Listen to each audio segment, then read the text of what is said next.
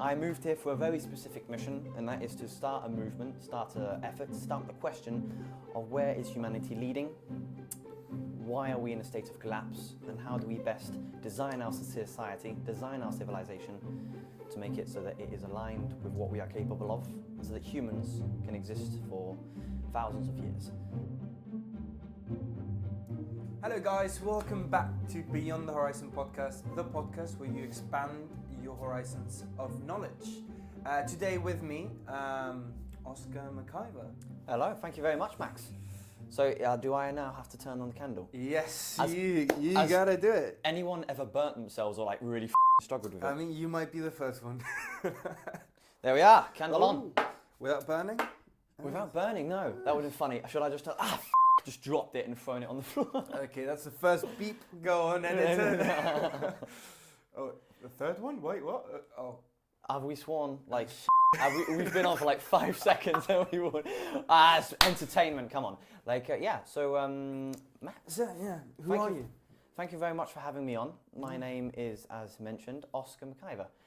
I'm 18 years old. I come from France. And I've just moved over to Bristol, like about fucking 3 months ago. I'll keep the swearing to a minimum. Nah, don't worry. And we can keep a count, actually. Yeah, fair. That'd be funny, wouldn't it? Just put it in the corner of the camera, Yeah. And I moved here for a very specific mission, and that is to start a movement, start an effort, start the question of where is humanity leading, why are we in a state of collapse, and how do we best design our society, design our civilization to make it so that it is aligned with what we are capable of, and so that humans can exist for thousands of years, and we live well. Kind of thing. So yeah, I'm here to talk about that and present my ideas. I have an idea called Finalism, which is basically a way of life, a framework that our society can adopt, certain core set of principles that can unify us as a civilization, and also I'm the leader of a movement, or we can call the movement for humanity, or the project of humanity. And I'm here to get as many people as I can involved, and you'll be recruited at the end of this episode. Okay, apparently I'm getting recruited into a cult. Okay, that's great. Yeah, okay. Well, we'll navigate it so far, yeah. I mean, if it's a good cult, I don't mind it. Oh, yeah, it's the coolest cult ever. I know, fair enough. So, look, I want to bring it back just a little bit. Just to understand where you're coming from and so on. Yeah. Just before we get into the major point. You said, okay, tell me a little bit about you growing up in France, because I really want to get to know that bit of you. Absolutely, fully yeah. understand you. We just met each other, haven't we? Yeah. So so basically, I was born in the south of France. So if you look at Italy on the map, France, I was born in the right, like far bottom right corner. So that's Nice, okay, and like Antibes. I grew up in this place, and it's like coastal or not coastal? Very coastal. So like I was born in Antibes, and I lived the large part of my life on the Cap d'Antibes. I lived in a 25 million euro villa, right? And that's not my villa. My mum worked as a gardener, and we had a little house. Right? So we had a little house there. Awesome. We could. Oh my goodness, that's great. Yeah. So we had like a tennis court. We had a swimming pool. We couldn't go in the villa, but didn't need to. Like we had the garden, and basically we had a tennis court which I played on, and I was actually played football and I was able to train there, kind of thing. And that was my training ground. I spent most of my life there. It also we had the cinema room, which I used to do parties when I was a teenager. So we had parties there like every weekend, and that like trained me socially. So a lot of my social ability is due to the fact that I had a place to do parties at my place, right? And I had that as well. Yeah, exactly, yeah. And my development was very much a positive one, and it was almost like I was on the side of richness, seeing it from afar, but not necessarily taking part in it. That has to be great for hunger, I'm guessing. It's good for hunger, yeah, and it's good for also just perspective building, For sure. Like I live this beautiful life. I live this beautiful life where I could go and have this beautiful view of it's the south of France. I saw in front of me I had Cannes and Frey juice, Like, and I don't know if you know who that is, like where that is, or you, like, No it's idea. a beautiful, beautiful view kind of thing. I'll show you photos after if you want. Yeah, But like, sure. and it gave me that perspective. It's aesthetically beautiful, beautiful. But I didn't have the riches. When I went out, I wasn't like, I'll get that. I'll buy any clothes I want because I didn't have that ability. You know, like, and it is an interesting sort of thing where my development was good, but not affected negatively by, you know, financial ability, right? Like, Consumerism. I had the big things of being rich, like the house, Yeah. but not the small things of just buying anything you want, kind of thing. So, like, I think it's a good thing. That has to be great. I actually think, had a couple months where about 2 weeks in the Hilton. In Peru. So it's a 5-star hotel in Lima, Peru. And that was after, because I traveled to Peru, and COVID hit just as I was in Chachapoy. It's a small town in the middle of nowhere. It's the capital of the Amazon. And I was hitchhiking. So I was I was with a bunch of backpackers in a hostel, like very like dodgy hostel. Yeah, that's nice. Yeah, and then mushrooms coming out of the roof. I'm not kidding. I got actually pictures of that. That's dangerous, man. You know, Yeah, like, that's I know, mold. I Like know. you're breathing that in. Mate, don't worry. And then after 2.5 months of being there, I actually went to the Hilton. Yeah. Where they called me every morning and asked me, "What would you like for lunch and dinner today?" And I got served a 5-star hotel in a 5-star hotel. Yeah. With the food of my choice every day for two weeks. That's not bad at all. Yeah. So I had that contrast as well, just for a bit though. Yeah. It wasn't my whole childhood. But yeah, no. Little peek into like abundance. And, I think that really changed me. That Really? really changed me. Yeah. But, okay, would you say in a positive or negative way? Because most people don't experience that. Like, you know, would you say it changed you as in, I want to achieve this? Or did it change you in a sense like appreciation? Or what did it change specifically? Yeah, well, all of that. Yeah, fair. So appreciation for what I did have. Because after that, I had to go vegan for a couple of months because I didn't have money to buy food. I had to work in the market. Okay, Just like a couple months after. So it was a very like a roller coaster of emotions. But also, I don't know. It's just like the achievement. Like that's the bar. Yeah. This is how people live when they live when they. But see, like I would have a view on that. Of like that's the possibility. Yeah. Like that's a view of like rich people live like that, and like you know is the way rich people live what everyone should strive for? Do you think? Or like because I would say that you know there's a basis. You should live well. You should live meaningfully, and meaningfully doesn't necessarily mean food being brought to you exactly how you want on a platter. Yeah. On like a pillow, you know, like. The thing is, this is what I've learned. Mainly throughout traveling, is people really want completely different lives. There's people who literally cannot stand taking decisions. they cannot stand it. I'm not kidding. Like if you put them like every consequence that comes after making the decision, they would not take that. So they would not be suitable for CEO. And they don't want to be. They don't admit it to themselves. They want the salary probably. Yeah. But they don't want to make the decision. So they would, okay. And there's people exactly the opposite, who want to make decisions and so on. And I'm just being very, I'm just putting just one possible scenario. You can deal with, I don't know, there's people who are happy just like cultivating fruits. And that's what they love. Yeah. Look at the child of Warren Buffett. Yeah. He's a farmer. Yeah. He's a farmer. Yeah. The child of the biggest investor of all times.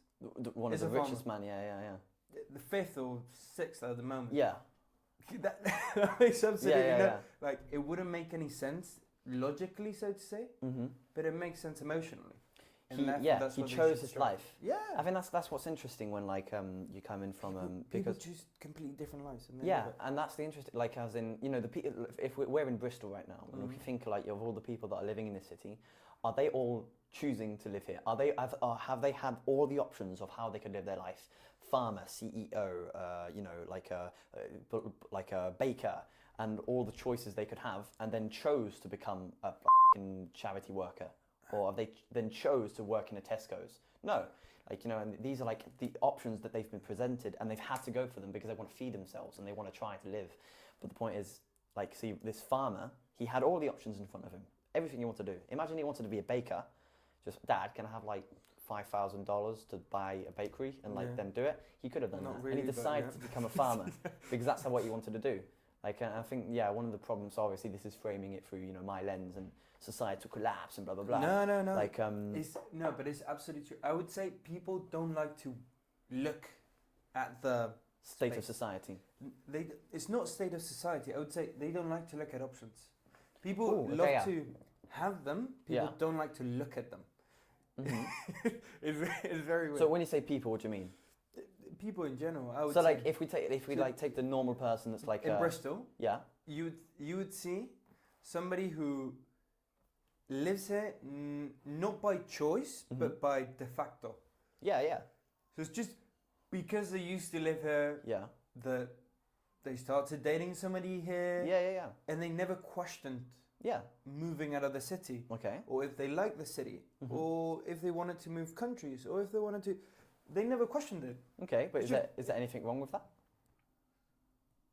Inherently, Yeah.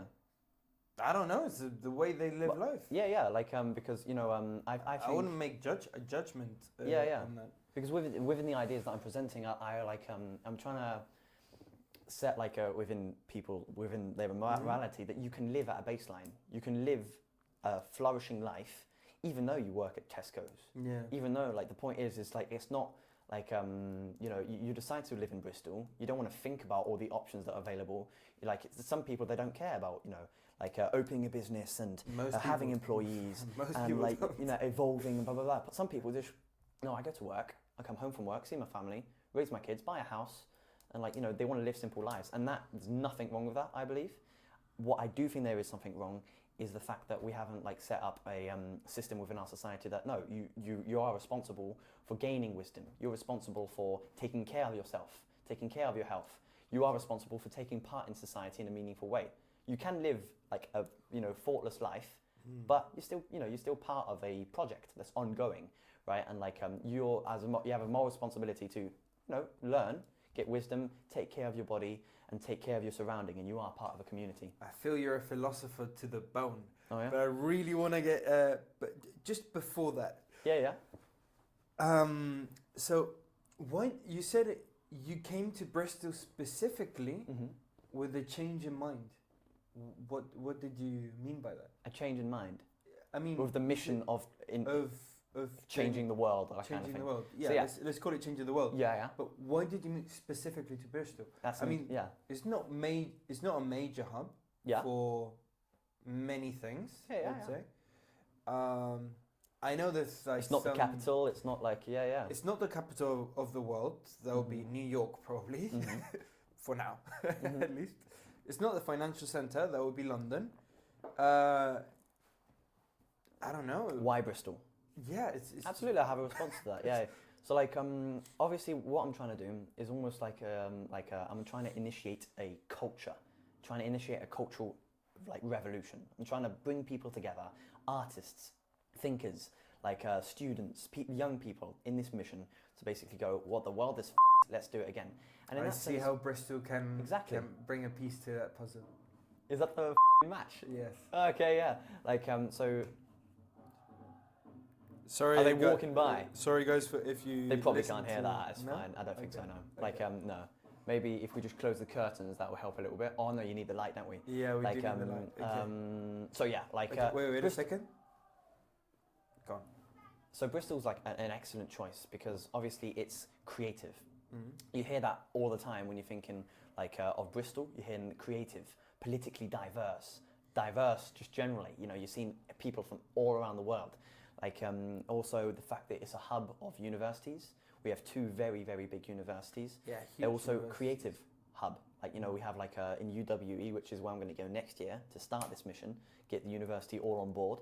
Like, you know, obviously they have like the filming facilities. So I chose it because basically what I'm going to be doing is in front of the camera and like presenting these ideas. Hi, my name is Oscar McIver and I'm leading the mission of humanity. Like blah, blah, blah, blah, blah, blah. You know, like, and bringing people involved. So this is how you see yourself?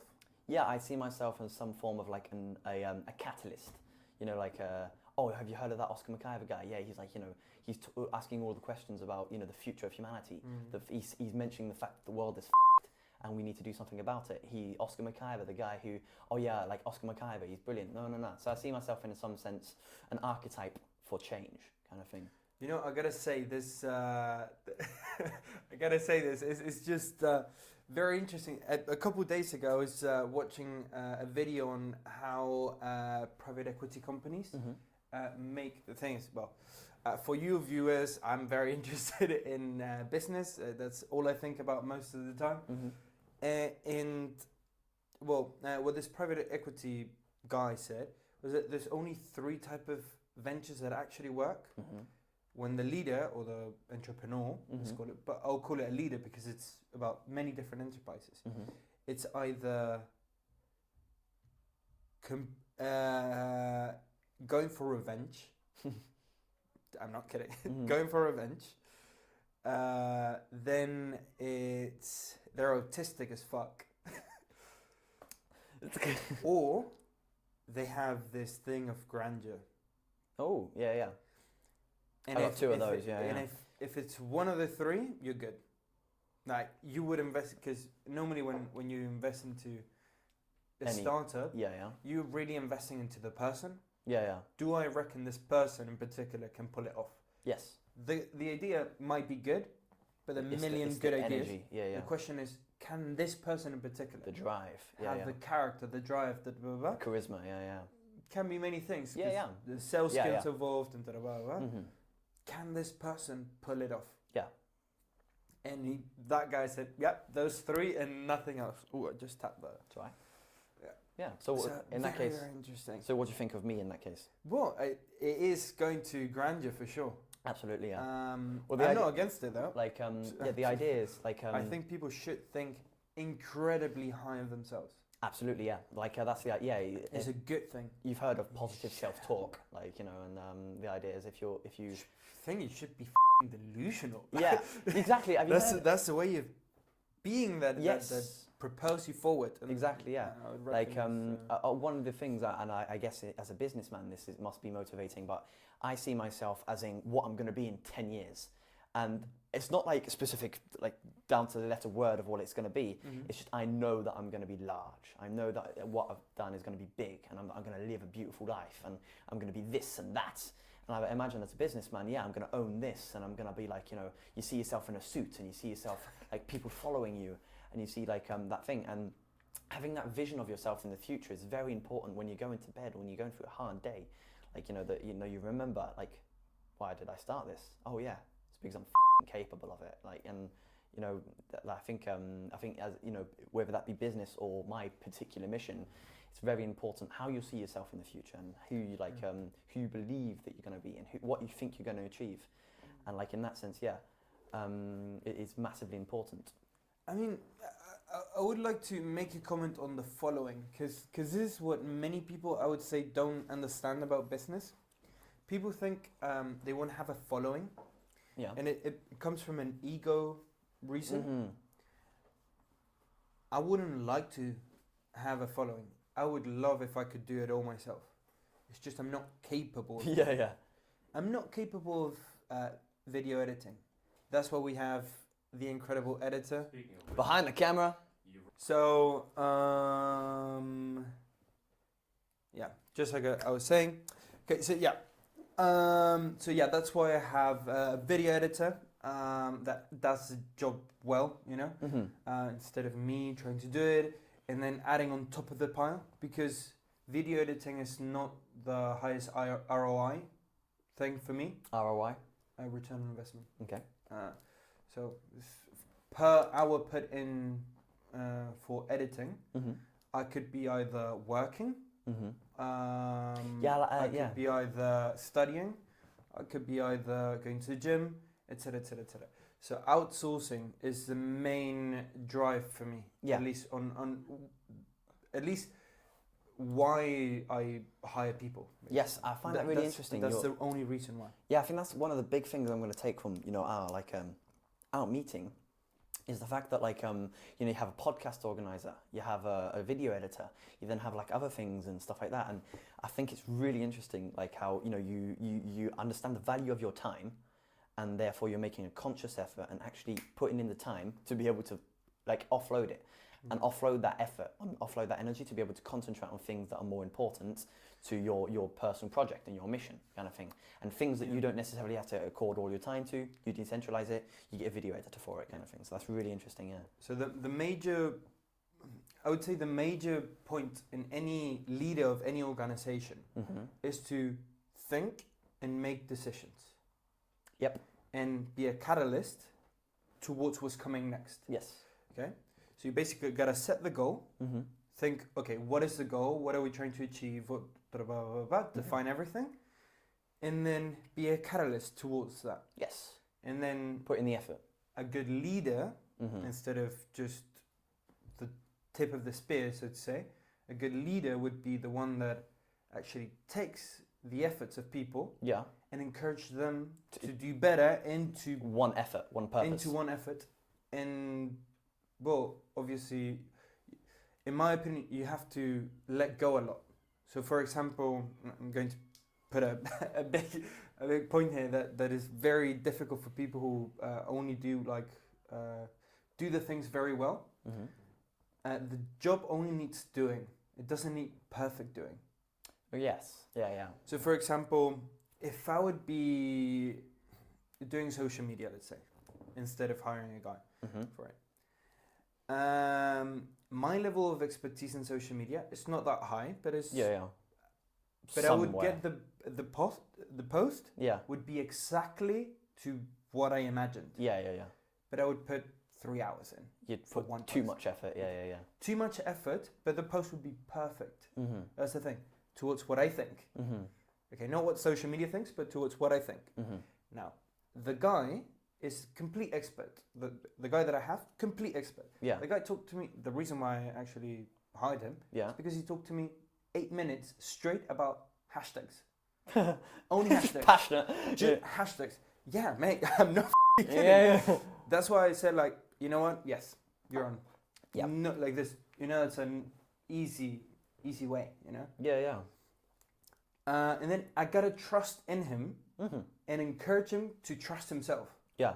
I have absolutely no idea what he's doing, what he's thinking, what he thinks the podcast should look like or whatever. Yeah. But I know he has more expertise than what I have, especially because he's doing it every day as well. It's not So I just impulse him to do that. Yeah. So every time he calls me and says, "Oh, I got these 2 options. What do you reckon is the best?" And that's being a good leader. What do you reckon is the best? And then impulse him to do that. Yeah. If it's related to the... And that's the also the importance of a leader. To be, we have 2 options and we can go either way. This is good on this end, this is good on this end. The leader just comes along, figures, okay, right, we're going to do this one. Bang, let's do it. The leader is important in that sense. There we go. I wouldn't say that. You wouldn't say that? Okay. I wouldn't say that. As in... It's not about decision. It's about what do you reckon? So the guy who's in the doing, he decides. You just encourage it. You just basically give fair, big him up to take the decision. Do you understand what I'm getting at? But maybe we're misunderstood and we're talking about different things. Maybe. So what I mean is for example, if you look at I work as a fundraiser and we have a manager, and for example, when we're on field knocking doors, there'll be there'll be one fundraiser and then his team leader, and his team leader will imagine, so which way do we go? Do we go left or right? And the team leader will go, okay, now it's over there, go around here. Okay, yeah, we're going to go right. And then the fundraiser doesn't have to go, yeah, but I think this and I think that. The point is the leader decides to enable decision making easier. The fundraiser can have a good idea and then offer that, and the team leader has the moral responsibility to go, okay, I'll consider your idea and go, oh, that is a better idea, let's do it. But the point is the team leader has a responsibility to make that final decision. Yes. In that sense, that's what I'm. The final decision is always like made by exactly. by the leader. That's what I mean in that case, and that's why we have like within business and within the capitalist model of economics or business kind of thing, we have like a CEO, and the reason it's like that and it's not like socialist democratic decision making is because that's like bureaucratic and it takes too much time. We have one guy at the top that makes the decisions because it goes faster and it's more effective, right? That's why we also used to have a monarchy, because it was actually useful as in making decisions. Now we have speed, not necessarily the right decisions, but we just made them. Speed, in that sense, that's why a leader is important. Like if we look at, and I like, it's always good to use war in this case, war tactics. We have a general, because the general makes decisions. He has knowledge, the wisdom to be able to decide, right, we put troops here, we do this at this time, right, you go forward. Like we're going to come back, we're going to retreat at this point, right, we're going to go around. And it's one guy, one mind making those decisions that ends up winning the war. If it was like social democratic, like, no, I don't think that, we're dead. So this is the thing where I would say I would disagree a little bit on that. It's not about taking the decision. You take the responsibility for the decision. Yes. It's not about taking the decision. Your decision is already made when you contracted somebody to be the expert on that field. And that's where I would disagree on. And that's what I was trying to say. Maybe I didn't come across that. Okay. The decision was already made by me contracting Joe, is a guy on social media. By me contracting Joe, I already made the decision that I will trust him and his knowledge. Now, everything what he thinks is correct. Is going to count. Yes. If I don't agree with, like, maybe the vision that he has, because the major point as a leader is to pull out the vision. Yes, and to pull the same thread. That's basically, you basically point to a direction, and they can say what road they think we're going to go to get to there. There. The leader, and because they're in the road, they know. And that's your, I like that. Yeah. So that's how I would see leadership, instead of taking the decision and them giving you the information and I think is way better to do exactly the opposite. Them knowing the information and then making the decision, and you making the decision on them basically. I think we're both correct in like what we're saying. It's just we're approaching it from different angles. Yeah, I think so. I'm more so talking about the importance of leadership. Yeah. Like for example, like a general will make decisions and he have a lieutenant that tells him, okay, sir, this is what we need to do. Yeah. And that general hired that lieutenant. Most probably will take the decision of the lieutenant. Exactly. Yeah.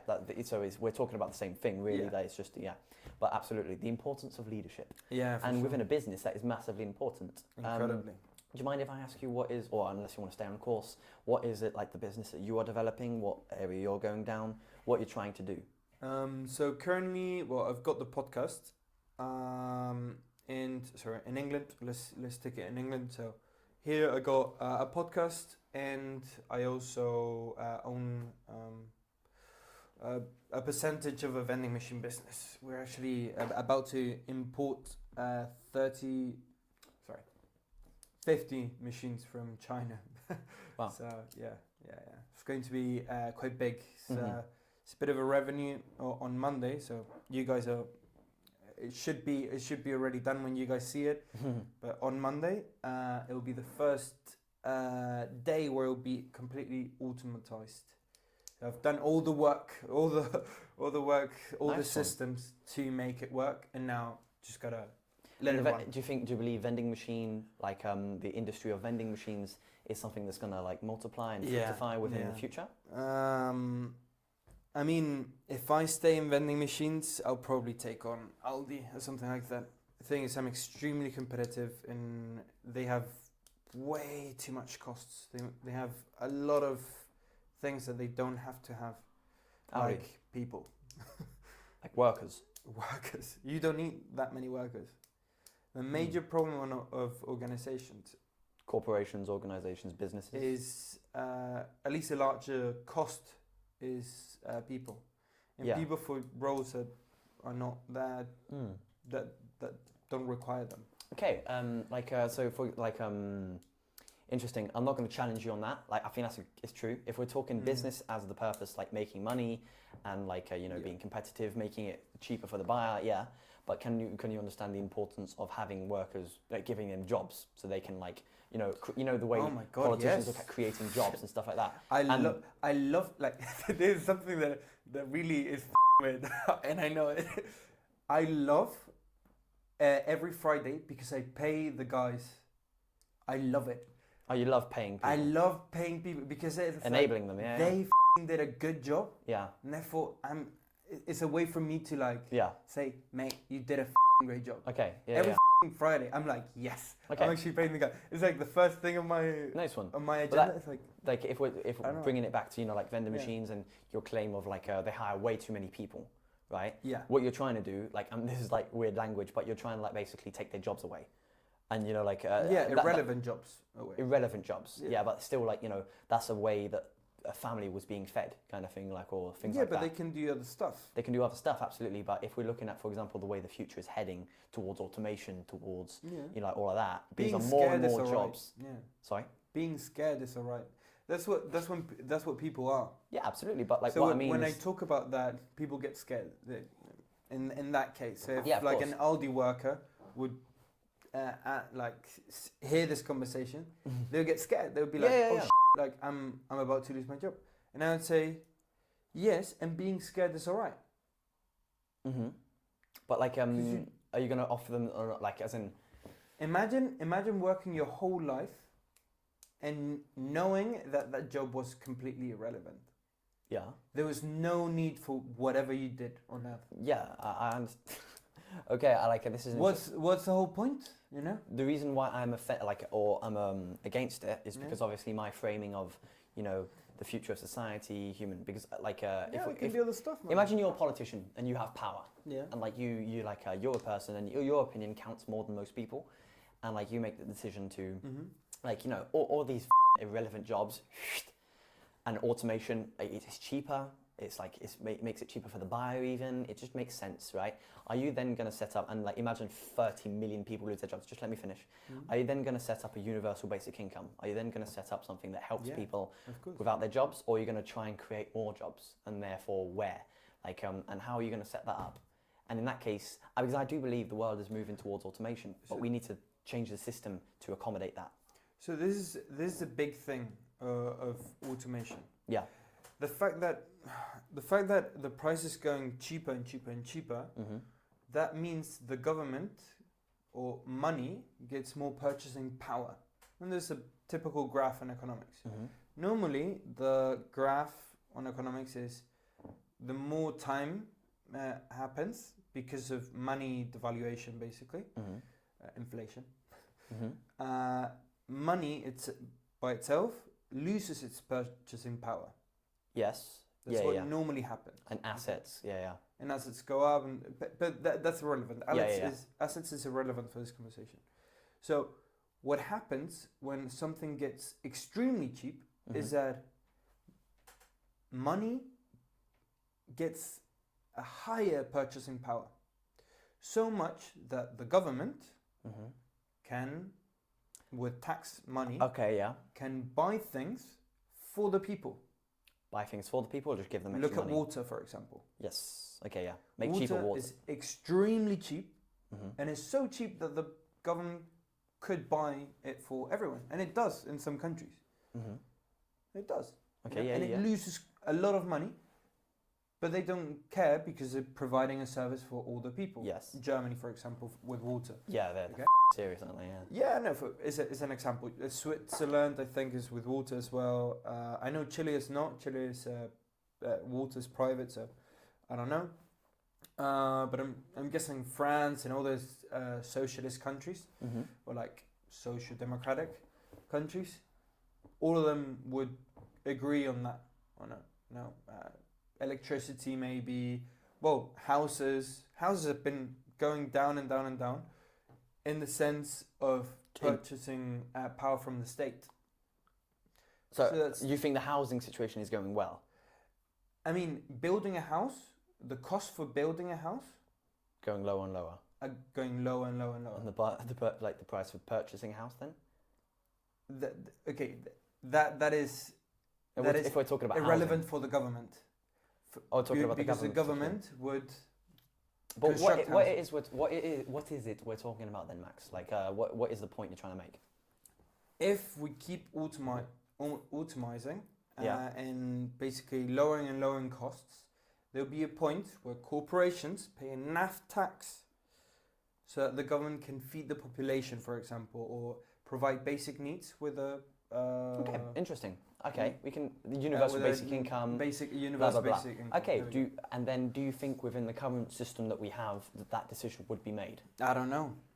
That's where our political system is.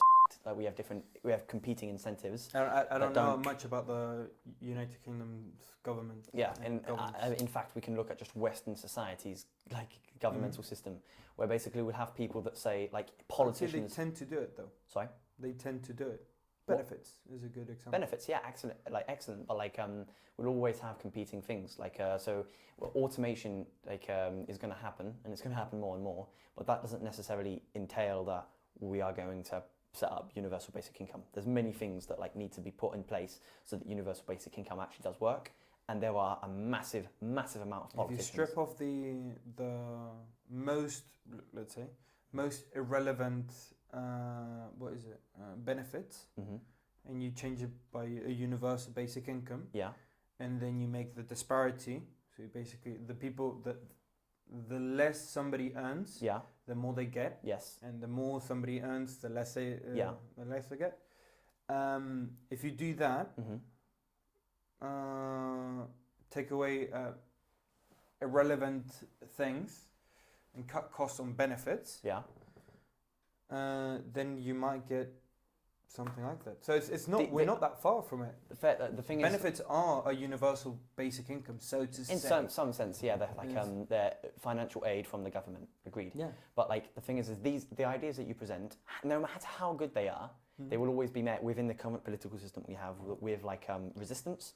Your ideas can be brilliant. They can have data and information, scientific experiments, or actual experimenting, actual implementation of these systems. They can be brilliant, but they will always be opposed with people saying yeah, but look what businesses are going to suffer. What corporations have to give more tax. What so that people can no, we're not going to do that. And there'll always be the thing. The current political system. When you see this millionaires and billionaires and complain about the tax. They're complaining about the rate of iteration, how quickly a society gets better, basically. So the more tax they have to pay, the less they have to reinvest. Yes. And therefore... What do you mean by better in this case? The rate of society gets better. What does better mean? Economically? Economically. So just economically? Economically is a major component of... Major component, but economically doesn't... I think, about 100 grand. So until the minimum wage worker is at 100 grand, we still have to iterate on money. Because that's what will bring them the most felicity. Yeah. That's basically it. Okay. Until they're earning about 100 grand, they won't be happy. They won't be as happy as they could be. Yeah. But do you agree with the current system? I work as a fundraiser, for example. Many people work at the same wage as me. Most people do, in fact. And we're not I'm not able to access high quality foods. I'm not able to pay for a gym membership, or I'm not able, it doesn't matter about not able. Yeah. It's that I'd rather not, so that I'm able to pay for other things that are important to me. I'd love to do jiu-jitsu. I'd love to pursue my own arts and creativity, but I spend 5 days at work and then 2 days resting. The way that people are living currently doesn't make sense, right? So this is where the basket of goods comes to a very handy basket of goods. The minimum basket of goods. The basket of goods is literally a list of things that the average consumer needs in different countries, because every consumer needs different things in different countries. You might need a car in the US, but you won't need it if you're living in Denmark or something. Yeah. In Denmark, yeah. Probably won't need it at all. Yeah. The necessity is lower for cars. So, but Yes, that's it what I can mean, be yeah. higher in vitamin D supplements. I don't Exactly, know, yeah, whatever. because of no sun kind of thing. Yeah, yeah. I don't know, whatever it is. So the general basket of goods is Yeah. the general thing that someone necessitates within their area. Yeah. So if you take alcohol away, it would be much better. You would have a lot of money. Yeah, agreed. So this is the thing. People decide to consume different things. Yeah, and some of them are negative. Some of them are negative. For example, there'll be a high consumption of cigarettes. I don't know. So what is it you're suggesting, that people don't live well? Because that is true. I agree saying with that we should iterate more. Iterate. Can you define iterate? Iteration is basically getting better, but within a business. So it's a cycle. Iteration is what you normally use for AI. It's an innovation cycle, because there's different components to the innovation cycle. First, you got to actually analyze the data, create a framework. Yeah. Then actually, that's a business science. It's business analysis or data analysis. Mm-hmm. And iteration is one cycle, one full cycle of that. So you often, like, if we're talking about like societal problems, you often frame it through the business kind of lens. Yeah, but it's also the historical lens. Lens. It has gone better and better and better and better. Why? Because the economy has gone better and better and better, and we have become quite good at creating. I'll agree with many things you're saying. Like, as in, what you're saying specifically, like on its own may be correct. But I think if we're talking about specifically, like, you know, certain problems, I think we're kind of like in dissonance, like in the way we're approaching problems or the way we're talking. So like, it's interesting. I haven't given that much thought about most of the major problems in life. Exactly, that's why I'm here. But like what I suggest is like, so if we're talking about societal problems right now, which is my speciality. So like, and the idea is, I believe that it's our culture that we need to change. So it's not our economy that needs to change, not our education. It's we need to focus on the culture and what that needs to be, and then in relation of what we think that should be, what it ought to be, we design the economy in relation. We design the education system in relation to that. Okay, so let me go back from there then. What is your actual philosophy? What are you trying to achieve? What am I trying to achieve? Yeah. So if you, what is this new philosophy that you're actually talking about? So basically, So like, where do I approach this? So I have like what I want to be is like the leader of basically a cultural renaissance within our culture. I want to get people talking about how the world is, and I want them to start offering new examples and offering like, what should our society look like, and then make the moves to actually implement that. So I'm going to start by making videos and like bringing people together, creating art forms like documentaries, films, like making maybe like even an artistic movement within Bristol, all of that.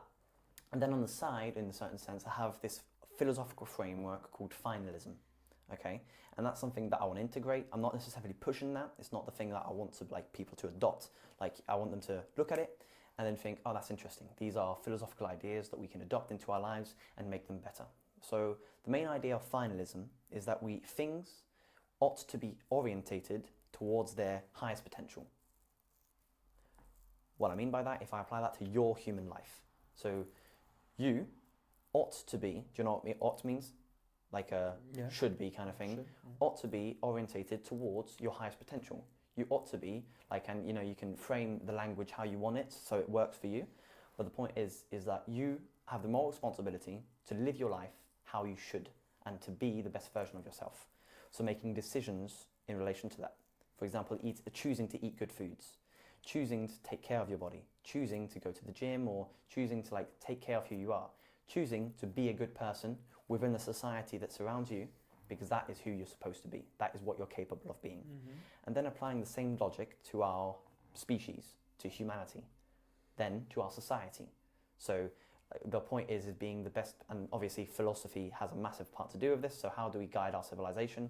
With philosophy, with science, with reason, and then making an education system and a political system, making an economic system that enables human beings to live at their highest potential.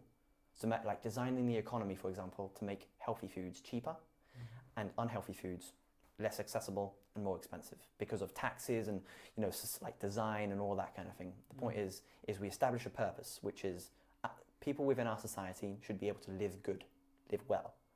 and then designing a civilization behind that enables that. That enables every individual to live well. So what is it to live good or live well? Yeah. So like what it is to live well in this case would be human. We have inherent human capacities. We have the ability to feel emotion. We have creativity. We have we are able to morally reason. We're able to learn. We're able to share community wise. So having options? Not our options necessarily, but developing our capacities.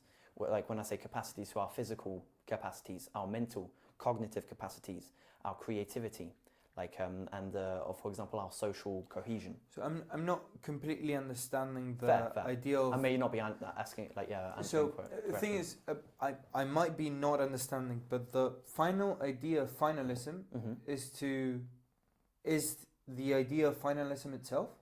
So basically, you're saying we should attain the highest good. No, we should strive for it. We should strive for the highest good. Conscious effort. Yeah. We should strive for the highest good, and the highest good is to strive for the highest good. That's what I got from what you said. So this is what okay. I'm not understanding. No. So I don't understand it either. So the highest good. So we're talking about values now. Value philosophy. So what is the highest good? I don't fully. Within the society, within individual life. Both, I guess. Yeah, fair. The highest. I'm guessing it's an individualistic philosophy. Yeah, it's like a philosophy you can apply to a simple human life and then expand it, scale it up to society and the rest of humanity. All individuals should follow it, but individually. Yeah, the idea is it's in a certain sense a self-developmental philosophy. It's a personal philosophy. We can integrate Stoicism within it. We can integrate Christianity, Buddhism, and Islam within it. You know, the point is everything, all wisdom and all knowledge should help the individual, and help society as a humanity in general. Okay. But so the highest good in this case, if you want to establish a value, the highest good is following one's potential or striving for one's potential. I don't have a specific answer to that question. It's an interesting one. So the highest good, again, as you're putting is to reiterate basically. So the highest good is to have the highest good or to strive for the highest good. I'm not going to necessarily put my word down on that, but we can maybe establish that for now. But because you're framing this through a potential or framing this through a value, and I haven't really mentioned that so far. You said, okay, so we should strive for the highest value. So, your highest do you understand potential? the idea of you as an individual, you strive to be the best self? Yes. That makes sense. That emotively makes sense, right? And that if everyone did that, we would all thrive a bit better. We'd learn more. We'd we'd develop ourselves. But where does that come from? Where do you reckon that comes from? Why do we know all that? How do we know potential? Yeah, how do we know that potential? I'd say that's obviously then basically the purpose of philosophy, Aristotelian Nicomachean ethics, which is how to live a life. What's your view on ethics? Would you take the Stoics, for example? We integrate basically. Yeah, that's the idea. There's would you take Christianity? Within the finalist framework, I'm not able to just split out for you, but there'd be a synthesis principle. So basically synthesizing information that we've accumulated over the years to basically aid us in achieving our final form as a species, right? So as an individual, Christianity, we'd have for example, within Christianity, we'd have the idea of for example, we take the 10 Commandments for ethics, we'd say, the murder is bad. And if you think that is a good idea, to integrate within society, that's a good idea. Stoics, we can take the idea that you control only what you can control and don't be fazed by what you can't. Yes, that's an interesting principle. Stoics have the 4 core principles. Yes, exactly, yeah. And wisdom, courage. Brilliant. The 4 virtues. 4 virtues. And yes, they are integrated. But those are the highest. That's the thing. That's within the Stoic philosophy. Yeah. Absolutely. Then they would be integrated. Any situation in life can be basically viewed to demonstrate one of those 4 virtues. Okay. And the 4 virtues are the highest. So that's what they all talk about. Yeah, yes. Stoicism. Yes, the idea isn't necessarily opposing it. The idea is integrating these into an overarching framework, right? And then so finalism, whether you agree with it or not, mostly applies to most of the way we live. If you think you're living a good life, you take care of yourself and you try to develop yourself, which I get from you, Max, that is the case. You're living essentially as a finalist. And the point is it's not like necessarily things that you need to adopt cultishly and be like respect and stuff like that. It's just most of us are already living like this, but some of us are not, and we are suffering as a result.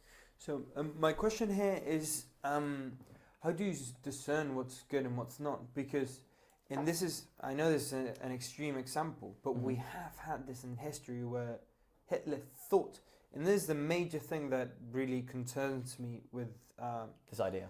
With not putting a highest value. Oh, yeah. Sorry, man. There's different characters have decided for different values in complete opposite directions. Okay. I'm going to put Mao, Stalin, Hitler, and then I'm going to put Obama. Who's Gandhi, and let's say Nelson Mandela, Martin Luther King. Yeah, those two. All in complete opposite directions, in my opinion. All of them. I mean, they all look very. I mean, they do things completely different, and they put on the highest completely different things. Okay, can I put Jesus Christ up there as well? You can put Jesus Christ. Jesus Christ, not necessarily as divine creator, but as a philosopher, a man that spoke wisdom. Okay, so you're seeing as an agnostic perspective. Okay, so yes, the idea of Jesus is that he is the highest. Yeah, well, that is the highest a human actually, can do. That's the whole idea. I have a question. Do you mind if I ask you a question? Go on. Do you think Jesus ever made mistakes? No, that's the whole point. Do you think he was a carpenter? Do you think he ever hurt his finger? I got a piece of splinter of wood. Do you think he ever did that? I don't know. I don't know. I hadn't thought about. Probably he didn't. Interesting though. It's a thought experiment, isn't it?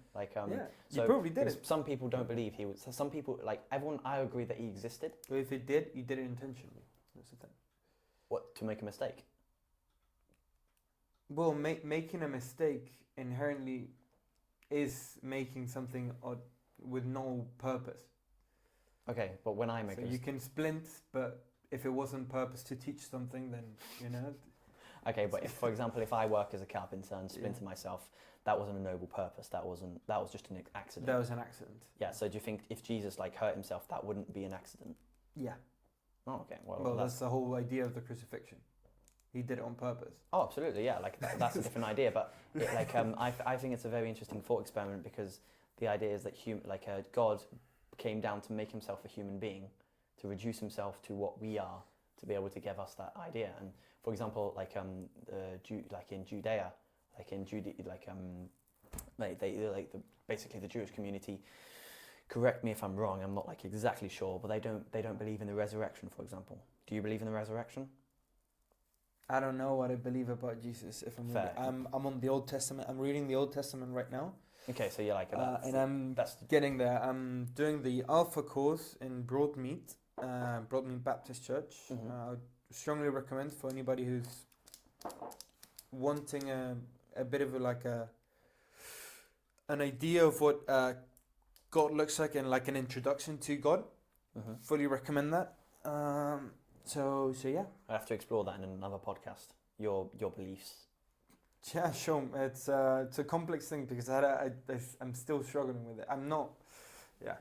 Yeah, and also that's an idea within the thought experiment or way of approaching finalism and the ideas that I'm presenting that religion in general, not Christianity, not Islam, but religion in general is in some senses not a positive thing for society. It binds us together, gives us community, gives us moral direction, tells us what's right and wrong, and basically binds us into one common purpose. It's shared meaning that we can bind with, right? And in that sense, religion is something that we may think about to implement within the future society. Not religion as in, this is the divine story of creation, and you have to adopt this, but religion as in a sense of like we are all part of this, and we are we are humans, and there are some things that we all share. For example, we like safety, and we want like health and blah blah blah, and So a again, certain core set of principles that guides us. And humanity, for example, a religion in a certain sense that brings us together, all of humanity, that unifies us with a core set of principles or core set of ideas. And for example, truth seeking would be part of that, right? And then there would be obviously open to debate. This is where I don't fully understand. What is the highest in your case? In this case, in fact, we could say humanity. Humanity. I'm not going to put my word down on that. I'll have to develop that. But the point is humanity. We are all part of the same story, which is humanity. Okay? And in a certain sense, your responsibility is to play your part within humanity. And some people call themselves a basketball and are fine, okay? Yeah. But the point is we are all humans, and we are all part of this same story, and we have our part to play within it and to live our lives according to what we are capable of. So this is the thing. Let's say somebody like Hitler, because Hitler was Hitler is, I think, the best example for this. This is a guy who thinks that humanity would be better without a certain community. Mm-hmm. Should he strive for that? Well, we can understand by many philosophical concepts that he was wrong, as in he was inaccurate. Literally, this wasn't an idea that was debated. We are obviously within Nazi Germany, this was seen as right, and obviously there's other reasons. For example, they were pressured to believe that. But the point is we can understand by philosophical concepts and philosophy in general reason that was wrong and he's incorrect. And the point would be obviously within our society establishing a method of determining truth, and philosophy and science and reason would basically be the method to determine that. Okay, and not faith then? You wouldn't add faith? So faith is a method of knowing, don't take this offensively, but knowing. Faith is like a method of determining truth, which is unscientific and unreasonable, I would say, as well. Yeah, so it is. That's the whole point of faith. Exactly, and I believe it doesn't have a reason. Exactly, and I believe that is why it is incorrect in many, many areas. Faith can be brilliant, as in, interesting. I have faith that you are a good person right now because we've had a chat for an hour and that we're having a nice time. I have faith in that. I don't have scientific reason to prove it, but the point is I can go on that.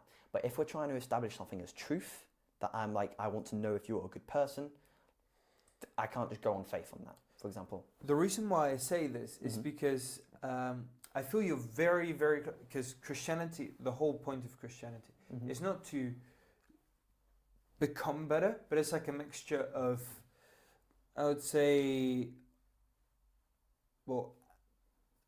of this philosophy of Adel, that was a guy that was in the 19th century around Freud and Nietzsche. We talked about it before the podcast. Yeah. And he also believed that society or individuals should be to strive for the highest potential. Yes. That, in putting Christianity as the highest end, so to say, if we put Jesus as the highest, and then we add that on top, I feel it's very, very similar. You're very, very close to Christianity in a sense. sense. Absolutely, in that case, that's beautiful, isn't it? We already have the framework there in that case, but I don't agree with that. I mean, what does Jesus represent in this case? Jesus as the highest value. Yeah, the highest within a human. So everyone should be like Jesus. Yeah, that's the whole point. So what does Jesus represent in this case?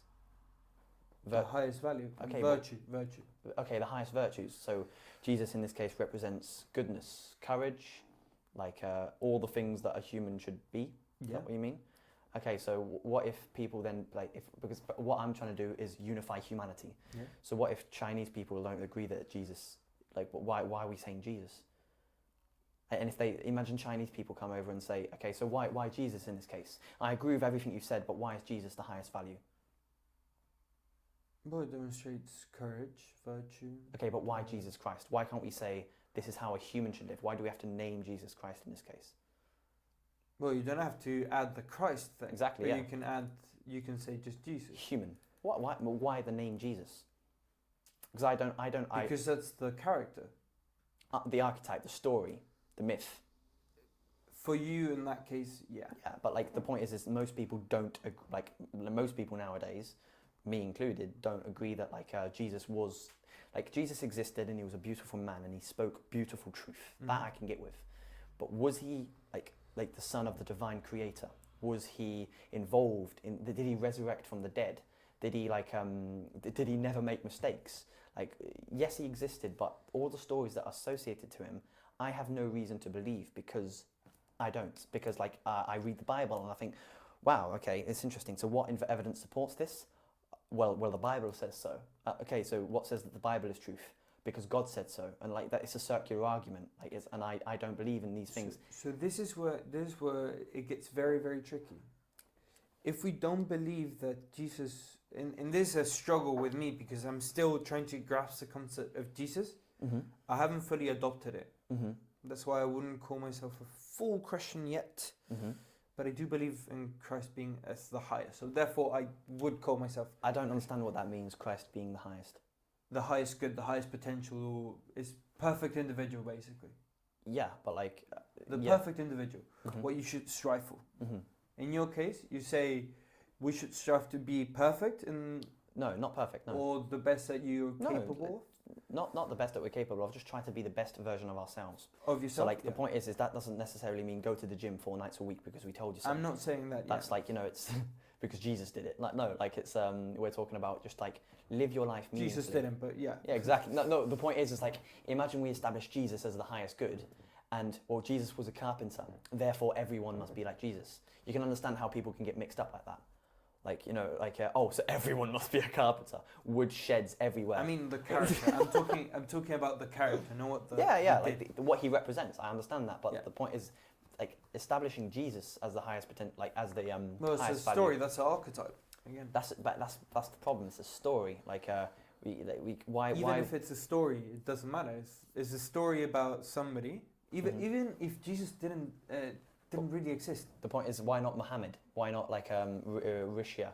Because all the Hindu the story gods? of Muhammad is not the story of the perfect man. Well, Jesus is. That's the whole point of Jesus' story. And you can agree that some people disagree with that. I haven't heard yet somebody say that the story of Jesus is not the story of a perfect man. I've heard somebody say Jesus is not the Son of God. I've heard that. Jesus is not God, Jesus blah, blah, blah, blah. People have discussed that a lot. I haven't heard somebody say, oh, in this particular thing, Jesus was wrong. I haven't heard that. Okay, yet. But maybe you're about to do it. So, yeah. But this is because there's no story of the perfect man beyond that. Maybe doesn't I necessarily haven't. mean okay, but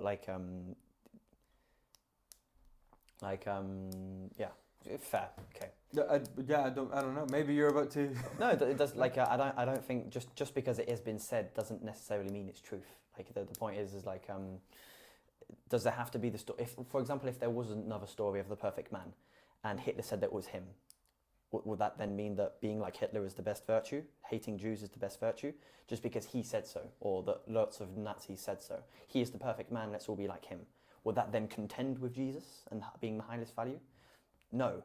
The reason you're choosing Jesus in this case is because you have your predisposed beliefs of Christianity.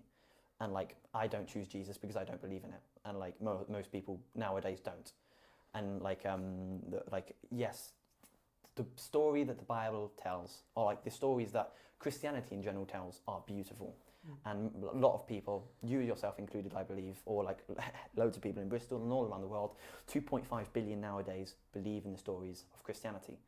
And they are beautiful, and they bind people together. Are they truth in many aspects? Yes. But are they truth divinely?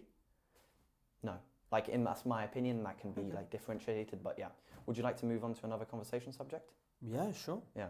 It's up to you, mate. No, because Christianity, we can leave it for another time if you want. Yeah, no, of course. Do you have any questions to throw at me, or do you want me to throw one at you? No, for sure. Maximiliano, yeah? Yeah, Maximiliano. Wow. So, why did you call it finalism? Yeah, so the idea is obviously like, so I remember I was like just sitting in my garden and I was thinking, so obviously lots of thoughts of why is society like this, why is it working, and you felt like, that something feels wrong within our world. Would you agree with that statement? Just yes or no, and I'll continue with my... I would say no. You wouldn't say anything's wrong? I wouldn't say, I would say no as a general thing, at least where I Okay. live. Fair.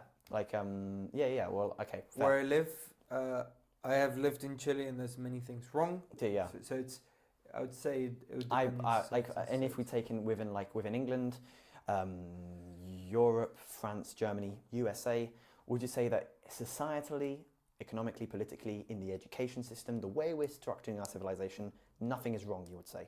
I wouldn't say nothing is wrong, but Yeah. we're getting better and better. Yeah, okay. Well, it is my mission in this case to make people aware of the state of collapse that we find ourselves in. Like whether that be, for example, if we look at the education system that was designed 250 years ago, that we still have today, that is literally designed for obedience. You come in a class, you sit down, you get told by a teacher, an authority figure that you're supposed to respect. You keep your mouth shut, doesn't develop you creatively, doesn't teach you in like scientific literacy, doesn't teach you in emotional regulation, doesn't teach you self-mastery, doesn't teach you any of the things that are really important to develop yourself. For example, Finalism would look at this, go, okay, so our society needs to be redesigned, the education system plays a massive role, we need to implement systems that like actually develop people and that help society develop itself, to reiterate, as you mentioned, like, and blah, blah, blah. And we were on the subject of why did I call it finalism? The reason I called it finalism is because the idea of trying to strive for the final form. Right, so that like your mission is the goodest. So yeah, the goodest. The Yeah, highest like, and good. Yeah, the highest good, or like not necessarily the highest good because that sounds quite divine, but like for example, when you're making a decision, no, I'm not going to go out tonight. I'm gonna sleep in. I think that's getting me close to my final form, and establishing the final form and way of living your life within culture and within dialect. So like I'm not going to smoke this cigarette. I don't think it's aligned with my final form. I'm going to go to the gym tonight. I'm not understanding this concept of final form, though. Final form as in something you like your highest potential that in every decision you can align with or not.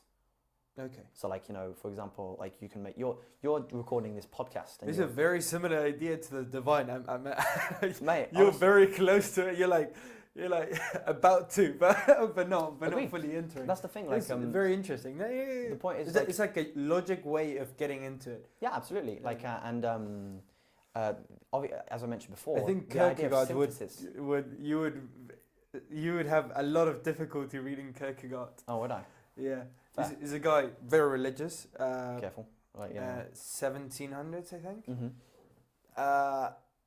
And he says you should go to God not by logic, but by faith. And faith entails a logic, like it's being a logic. Yeah. Well, like, that's obviously... Very, very interesting. You can agree with who you want, but like, absolutely, like, there's obviously the concept of like,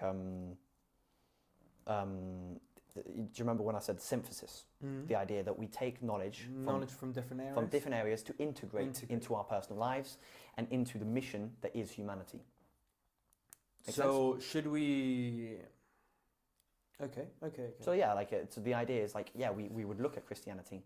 The thing is the reason why we can't establish Christianity as like, all right, everyone like needs to respect Christianity, because that's like, if we then say that, like, and we say that everyone else needs to go to church, that would be enforcing it.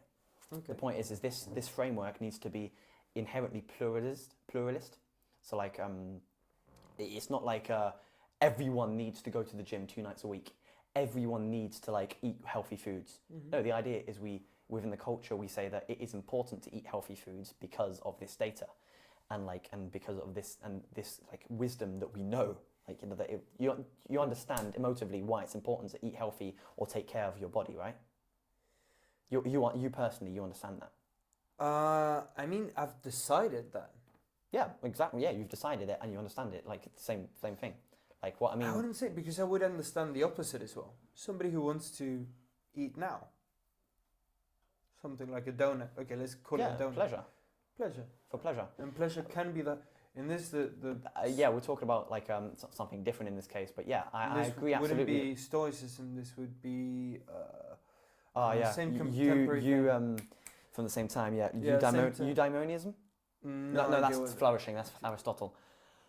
But Hellenistic philosophy. Pursuing pleasure, basically. Yeah. Happiness and pleasure. Diogenes? No, that's Diogenes. He's the one, the cynic. He's the cynic. So like. Okay, the other guy. Okay, fair. The other ones, yeah. So there was like two. Is it okay if I go to the toilet real quick, Max? Yeah, no, I've been just trying to figure out what your beliefs are. Mm-hmm. So it's quite interesting for sure. Yeah. I feel it's more like a code of life, like a way of life more than like I don't know, like a philosophy. Yeah. Well, that is a philosophy of life. Because it's philosophy in any case. Like it's like philosophy is often misunderstood within society. Mm-hmm. It is. Philosophy is literally critical thinking. If you're critical thinking about anything, you are philosophizing, and that's why we consider sociology, psychology, economics, politics, and science. They are all branches of philosophy, right? Because when you're critical thinking about how to redistribute like resources within a society, that's economics. If you're thinking about how do we make decisions in a society, that's politics. Like, and the questions that come as like why and like how and what are these values? What makes a good decision? That's philosophy, right? Yeah. And the point is like the idea is philosophy isn't everything, and I believe that it is because of this misunderstanding that we have of what philosophy is that it's distance from us and we suffer as a result. Because if philosophy played a bigger part, right? If critical thinking played a bigger part within our culture, there would be a much I think it would be a better society, right? Because if imagine critical thinking and philosophy was ingested within like culture, that means it was in the education system, it was in the way that people make decisions, it was in the economic system, right? We would have like systems that make more sense, and we'd have a better world. We'd have people that are able to understand the systems in which they live, because they're able to critically think and they are literate in these systems, because they're able to understand. And therefore, they would basically maybe even get more angry at it. They'd be like, this is ridiculous, what are we doing? Yeah. And they'd make the effort and they'd come together to actually implement the change that they need, right? The problem that we have is that we have an ignorant population, right?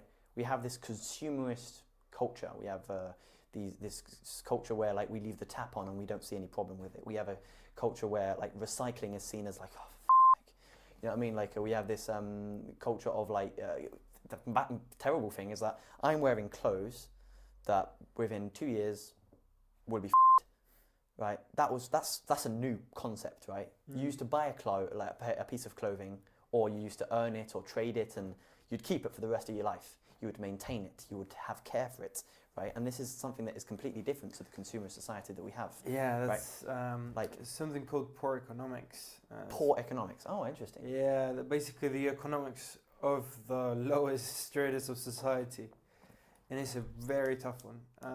Mainly because they pay a lot more for stuff. So when you buy a pair of shoes, let's say you buy a high quality versus a low quality. Low quality could be 20 quid. Let's say high quality could be 300. Yeah. And because you're poor, you have to buy the 20. Yeah, you have to buy the 20. That's the and only the 20 option. Would last a certain amount. Let's say 50. Let's say £50. So 50 in 300 or 200 to make it easier. Okay. So in the 200, our boots are going to last you for 10 years. Really good boots. Very good boots. Boots, in fact, last you for even longer kind of thing. And then the boots that are 50, they will last you for 6 months. So you have to keep buying. Ends up being more like a subscription, in it, like basically. And that was one of the Nobel Prizes, I think. I'm not entirely sure, but Nobel Prize for that. Yeah, well, okay. That on a larger scale. Fair, okay, yeah. And like, what you just mentioned, would you see that as a good thing or a bad thing? The fact that people need to keep buying. Well, bad if we can't recycle it. Exactly, yeah. Or I'd say even bad if a poor person is just like trying to survive and buys therefore the cheapest thing to be able to pay for his food and has to buy again and again and again. And it's basically a system, a capitalist whatever system, an economic system that is taking advantage of him. Like, and in this case, don't you think a culture, like if we're talking this in cultural finalist approach, like that having a system that rewards buying and maintaining good quality, long-lasting wear, things that also we can even like filter this through the idea that no, you buy something, you're not only buying it because you need it, you're buying it because it's part of your identity. You're buying a good piece of clothing because that is who you are. Like I bought a leather jacket once and it was the most expensive thing I've ever bought, and my girlfriend helped me. It was like a present. The thing is, I'm trying to understand. It's mainly that I'm trying to understand. And do you agree with certain concepts that I'm presenting? Yeah, no, for sure. Because I want to basically bring people together to design the world of the future. Would you like to have a part of what the future of humanity? I mean, Doesn't necessarily mean joining me or calling yourself a finalist. It means, would you like to put some effort into guiding humanity correctly? Would you like to put some effort into making people... The thing is, I have a problem with guiding humanity correctly with that statement. Mm-hmm. Guiding humanity in the correct path. Philosophically. But that's a problem. I don't know what the right path is. Yeah. And if I would know it, then I might. Yeah. That's the importance. Would you agree that there's some... For example, if Jesus came back, I believe from your stance and from 2.5 billion people's stances... I'm not entirely sure about Jesus again, but yeah. No, what I mean is just like, it doesn't necessarily... Not necessarily you, but if Jesus came back, Christians would want to follow him. Yeah. Because he is a wise person and he speaks truth of some sorts, right? What if we could have that, but for the modern world? People that are speaking wisdom, people that are speaking truth. Mahatma Gandhi, Nelson Mandela, Martin Luther King,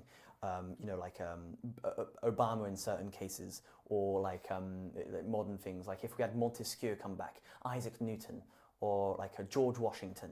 These characters in society that spoke truth of some value, right? Some of the shit they said fucking nuts, right? Or probably like slavery and stuff. Yeah. We can understand that is wrong by other metrics, kind of thing. But the point is, these are people of wisdom that people followed because what they spoke was in some way true. The point is would you like to be part of that modern thing? A speaker of truth. A speaker that is trying to lead people in your definition of what is true. And like, would you agree that it is important that we have these people like that have wisdom, right? Like you could eat Warren Buffett if you want, or like these people that know truth in some manner. Like if we look up, I think Joe Rogan is an excellent example. Jimmy Carr, do you know Jimmy Carr? No. A comedian. Like he's a brilliant philosopher. He's a comedian. Okay. Like and he speaks truth, and so much wisdom comes out of that guy's mouth. Thing is, and people should follow leaders. I do think the highest good is divine. So there's a divine. You know what is good from wrong. Right and wrong. But yeah. Sorry, right and wrong. Yeah, okay. Sorry, no. By a divine perception. I do, or just anyone. Anyone. Yeah. Like I don't see what I see. There is no necessity for the divine. We have. There's the thing. Well, that's what Nietzsche said. God is dead. Nobody cares about God anymore, or godly values, Christian values. Well, that's Like I mean, God is dead, and we have killed him because we took the importance away from God. Like and that's the problem. God is not the same. In fact, we could integrate Nietzsche within this framework massively. God is dead. God isn't dead. Like, or God, whatever. Christianity and religion is dead, right? And it's playing less and less importance. And that's why we came to the Enlightenment. We secularized. Do you know what secularization means? No. Separation between state and church. Oh yeah. So like yeah, I forgot. No worries. I remember. I was like, wait a second. I've heard that before. Now we live in a society that has no moral direction, right? Some Judeo-Christians will say, like, our society operates based off Judeo-Christian principles. I would disagree. I'd say we don't need a religion to tell us what is right and wrong. We're influenced what we see as right and wrong massively. For example, murder. But like the point is that's the thing. Some people do think murder is right. Well, not murder. In some cultures, they wouldn't call it murder. That's the problem. You would call murder something that other people wouldn't. Would you say that religion, Christianity, says it's wrong? Murder? Yeah. Says yeah. Okay, so what about when they're putting people to death, burning people at the stake? If that's murder, then yeah. Is that wrong or right? Then it's wrong. It's wrong, like as in, but we're burning them because they're Muslim, and because they don't believe what we believe. Yeah, that's wrong. It's wrong, innit? Like, but the point is in Just so you know, Christians are the highest prosecuted people currently on earth. Agreed. Yeah, absolutely. And like, It's just people are aware as well. It's very interesting. I never thought that could actually happen, but now it has emerged again. Yeah, Christians. And they're the most prosecuted people by what metric in this case then? Just by number of deaths, number of killings, and so on. So that's what like religion can do sometimes. Yeah. So they're obviously being persecuted not by atheists necessarily. No, Muslims in other religions, I would say. I'm not entirely sure who they're being persecuted by. Yeah. Of course, yeah. Like, I mean that makes sense in some many aspects. conflicts and so on. But but like, what I mean is there's the perspectives on what is murder, for example. Yeah. Changes. Vegans would say killing animals is murder. Yeah. And therefore we shouldn't kill animals. Mm-hmm. Then carnivores say, well, animals it's not murder because it's intended for eating. Yeah. And therefore it's not. And then have another opinion. So what they put in at the top of the hierarchies of goods is completely different. Mm-hmm. And whether it's that or things like killing 6 million Jews, or 100 million people to do an industrial revolution like Mao, so it's very, very interesting when people have this conception of goods. Okay, so what are we talking about then? Like, as in, what is it we're approaching? What is this leading to, this conversation? To what good is. To what good is, to what right and wrong is. In that case, like, if you want to establish, like, for example, a highest principle, we could say, humanity and the flourishing of humanity and the continuing, long-lasting life of, humanity, right? Yeah. So in that case, we could say that wrong is when you're inhibiting society. So AI, stuff like AI. Sorry, what? Stuff like AI. What? What did you mention AI? Would be wrong because... if AI, for example, assists humanity, if AI helps us develop, to cure cancer, AI was good in that case. If AI develops a biochemical that then kills us, AI is bad. Okay, everything is nuanced in this sense. I see. So it's like the prosperation and like the flourishing of humanity. You could say, of the species. Yes, we could say that. And then obviously what is contained within the species is the society. What is contained within the society is education, politics, and what is contained within the society is the individual, right? And like making all this one line that all operates within the same framework, which is humanism. Like, it doesn't have to be called finalism, it can be called humanism. And like, interesting. Have I clocked a little thing I there? think I finally understood. Okay, yeah. Sorry, it took me. It took me like an hour. No, mate. Look, one of the things that we have to understand is that I'm not the main, I'm the one asking these questions and the one talking about this stuff. Yeah. Even I'm confused about these ideas. I'm looking for the people to join me in the effort to design the future of society and humanity. Yeah, the thing is, there are quite a few things to think about. So this is a problem. Yeah, Jesus Christ. Creating a philosophy, and we can go into some other themes because I really want to talk about this with you. And this is the educational system, because you mention it so much, and I remember just on the call. On the call and on the previous conversation before the podcast, you were saying that education is the basis for the change. We could argue that, very similar. For example, what I'm doing is providing educational content. That's also another question that I had. So how do you see education in all of this within your... This is the main thing. I know. So of course, like if we're talking about, do you understand just tell me, when we're having a debate or when we're talking about ideas, just try to make it obvious to me which parts you agree with me on. Okay. Right, so by either your facial looks or your facial expressions, or just saying when you imagine your time to reply, you say, okay, I agree with you on this point, that point. I'm not exactly sure about this, and I want to just get a clarification on this. So just like most of the time, the thing is, I'm mostly not fully understand. yeah, absolutely. So then you go, can I get a clarification Yeah. on this? Okay. Okay, that leads me to this question, which therefore gives me this conclusion. And do you agree with then blah blah blah blah? Okay. Like, you know, so This bit can be cut just so away. Okay. yeah, I mean I think that's also one of the points. That's one of the things I've written, which I'd like to present, is the idea of when even in a couple, a relationship, and when you're having a conversation about something, you try your best to find which points you agree on, to then disagree effectively. Yeah. So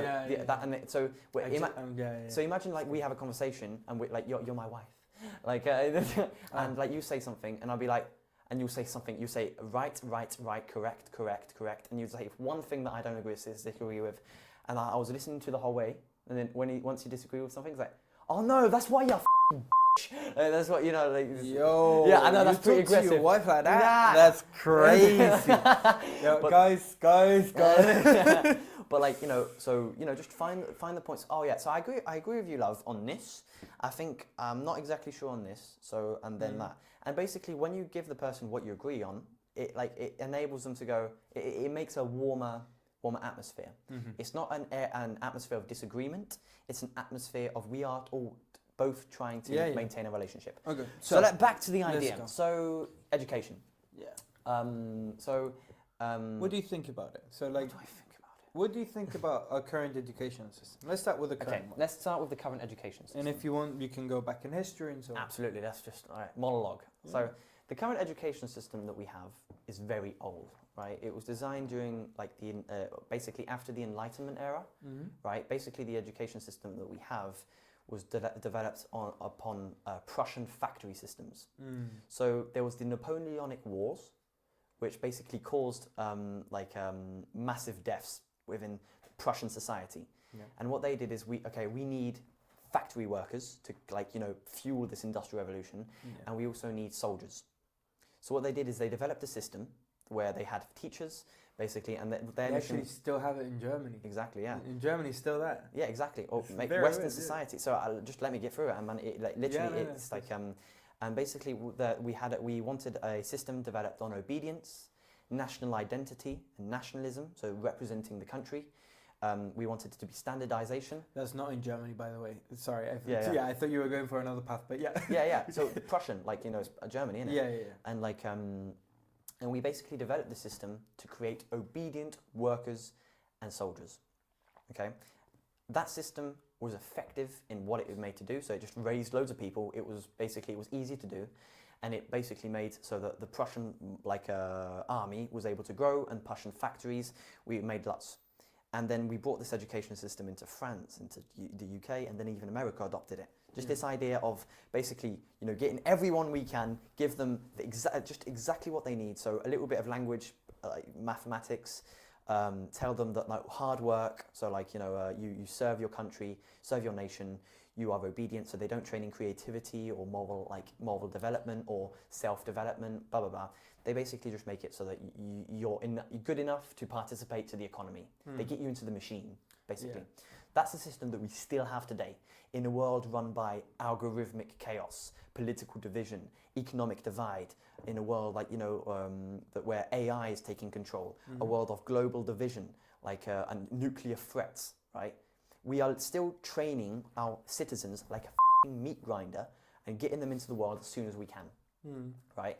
And that is causing massive, massive societal pain.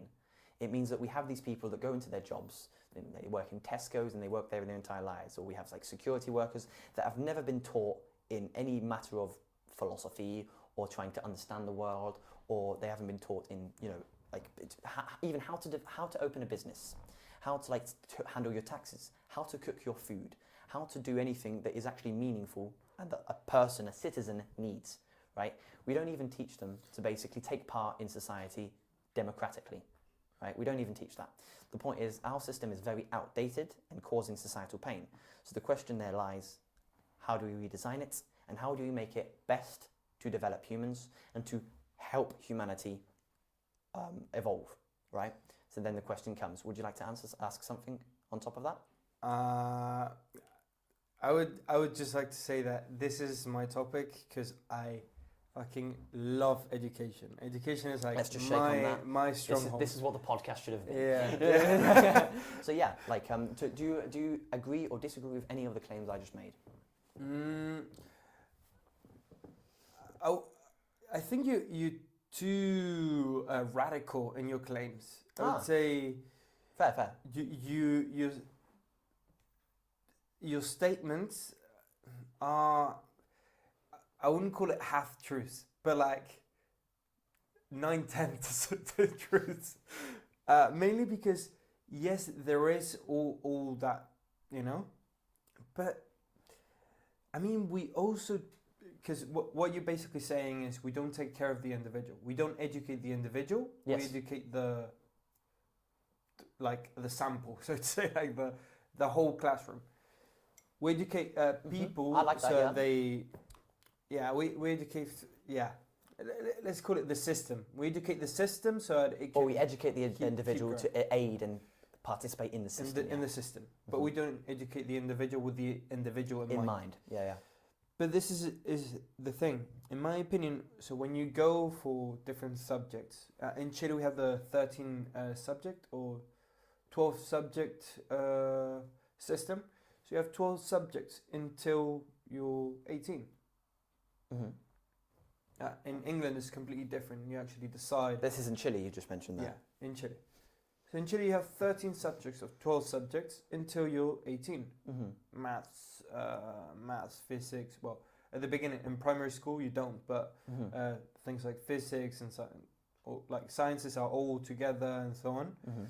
But then it fully develops into a 13 subject system. Yeah, and yeah. You don't know you're an individual yet. You aren't an individual. At what age? Huh? At what age? Well, the brain fully develops at 25. Okay. So therefore, you should be taking a broader scope of society, and that's the whole idea behind that system, in my opinion. In what system? In the Chilean system. The meat system. grinding system or the Chile system? The Chilean system, which is kind of a meat grinding as well. It's the same system, right? Like as in standardization, memorization. Pretty much. Obedience in mind. There's no creativity. There's no like self-moral or emotional regulation. There's no emotional intelligence. There's no critical thinking. So this is the thing. If you fully learn a subject, you learn critical thinking by different subjects. Learn a subject. For example, if we put all our effort into mathematics. Yeah. I'm shit at math myself. You learn how to think like a mathematician. No. Yeah. That's the whole idea of doing well at maths. You learn how to think like a mathematician. Well, if you go and do well at arts, you learn how to think and create like an artist. I would disagree. And if you would go in philosophy, you learn how to think like a philosopher, which is a skill. It's a skill you develop. But it's different. For example, an economist thinks completely different. Like, an economist thinks about mainly risk and other things, but it's mainly about risk. It's completely different of an entrepreneur. It's exactly the opposite, actually. One thinks about opportunity, the other one thinks about risk all the time. An accountant in particular. So a businessman sees, there's a hole in the market here, we need to go for it. And then an entrepreneur goes, right, I'm going to put my money here. So, sorry if that's meddled. Economists would say, this is risky. These are the risks. It would be more like a mathematician. A physicist sees the world completely different than a photographer. And it's incredible. It's that's the whole idea. Okay, can I just come back to your idea of training mathematics is to make people think like a mathematician? Yeah. Okay, I would disagree with that. Yeah. Because maybe we have for example, you get a timetable and you see mathematics, I'm going to learn mathematics, therefore and that's interesting. The point is when you sit down at that table, you're not here to go, right guys, now we're going to study the history of mathematics and look at all the ideas and why do you think mathematics is important? We're not asking you where do you think mathematics plays a role in society, or why do you think mathematics is important for you? We're teaching you, all right, this is the formula, learn it, and we're going to give you these exercises, do them. Okay, like so trying to understand the formula. Okay, so it's 2 plus 2. So I and would then say this. The point, Yeah. let me finish, and then like sorry, No, okay. like and the idea is we've just given you mathematics. Therefore, like off, take it. This is the formula. All right, this sequence we're going to do this one. This formula. Have you learnt it? 1, 2, 3, 4, 5, 6, 7, 8, 9. All right, that will never evolve. That's yours. That can take it. Then we move on to philosophy, and you say that like it's based to like make you train as a philosopher. You don't train people in philosophy by telling them this is what Aristotle said. Right, what do you think of what he said? No, you don't like read that, and just repeat it back to me. That's memorization. You train don't people train in philosophy like that. Yeah, you train but philosophy. You do train on what do you think about it? Exactly. You train people in like, and you don't have to say this is what Aristotle said. What do you think about it? You can start with philosophy by saying, and I'm going to do a course with you. And this is what I want to do in classrooms. Maximiliano, do you respect your parents? Yeah. Why? Because they gave me an education to the Yeah. So they protected me from the world while I was still developing. Exactly. That's interesting. Yeah. And for example, when your mother tells you, no, you're not allowed to go out tonight, or they tell you to come back, or they give you some form of like, no, you're not allowed to do this. Yeah. Do you respect that? When I was I didn't respect it. I didn't do it. Sometimes yes, sometimes no. So that's interesting. Like some things that I saw from the ego. Yeah. That came from ego instead of like thought. Yeah, yeah. The ego ones I didn't respect. The thought ones I did. Exactly. Yeah. So like that's interesting. You have a quite a particular approach to it. Yeah. Well, it's like looking back. Yeah. Yeah, of course. Yeah. But you would agree that so you're quite particular. I was also had a very strong my own compass, right?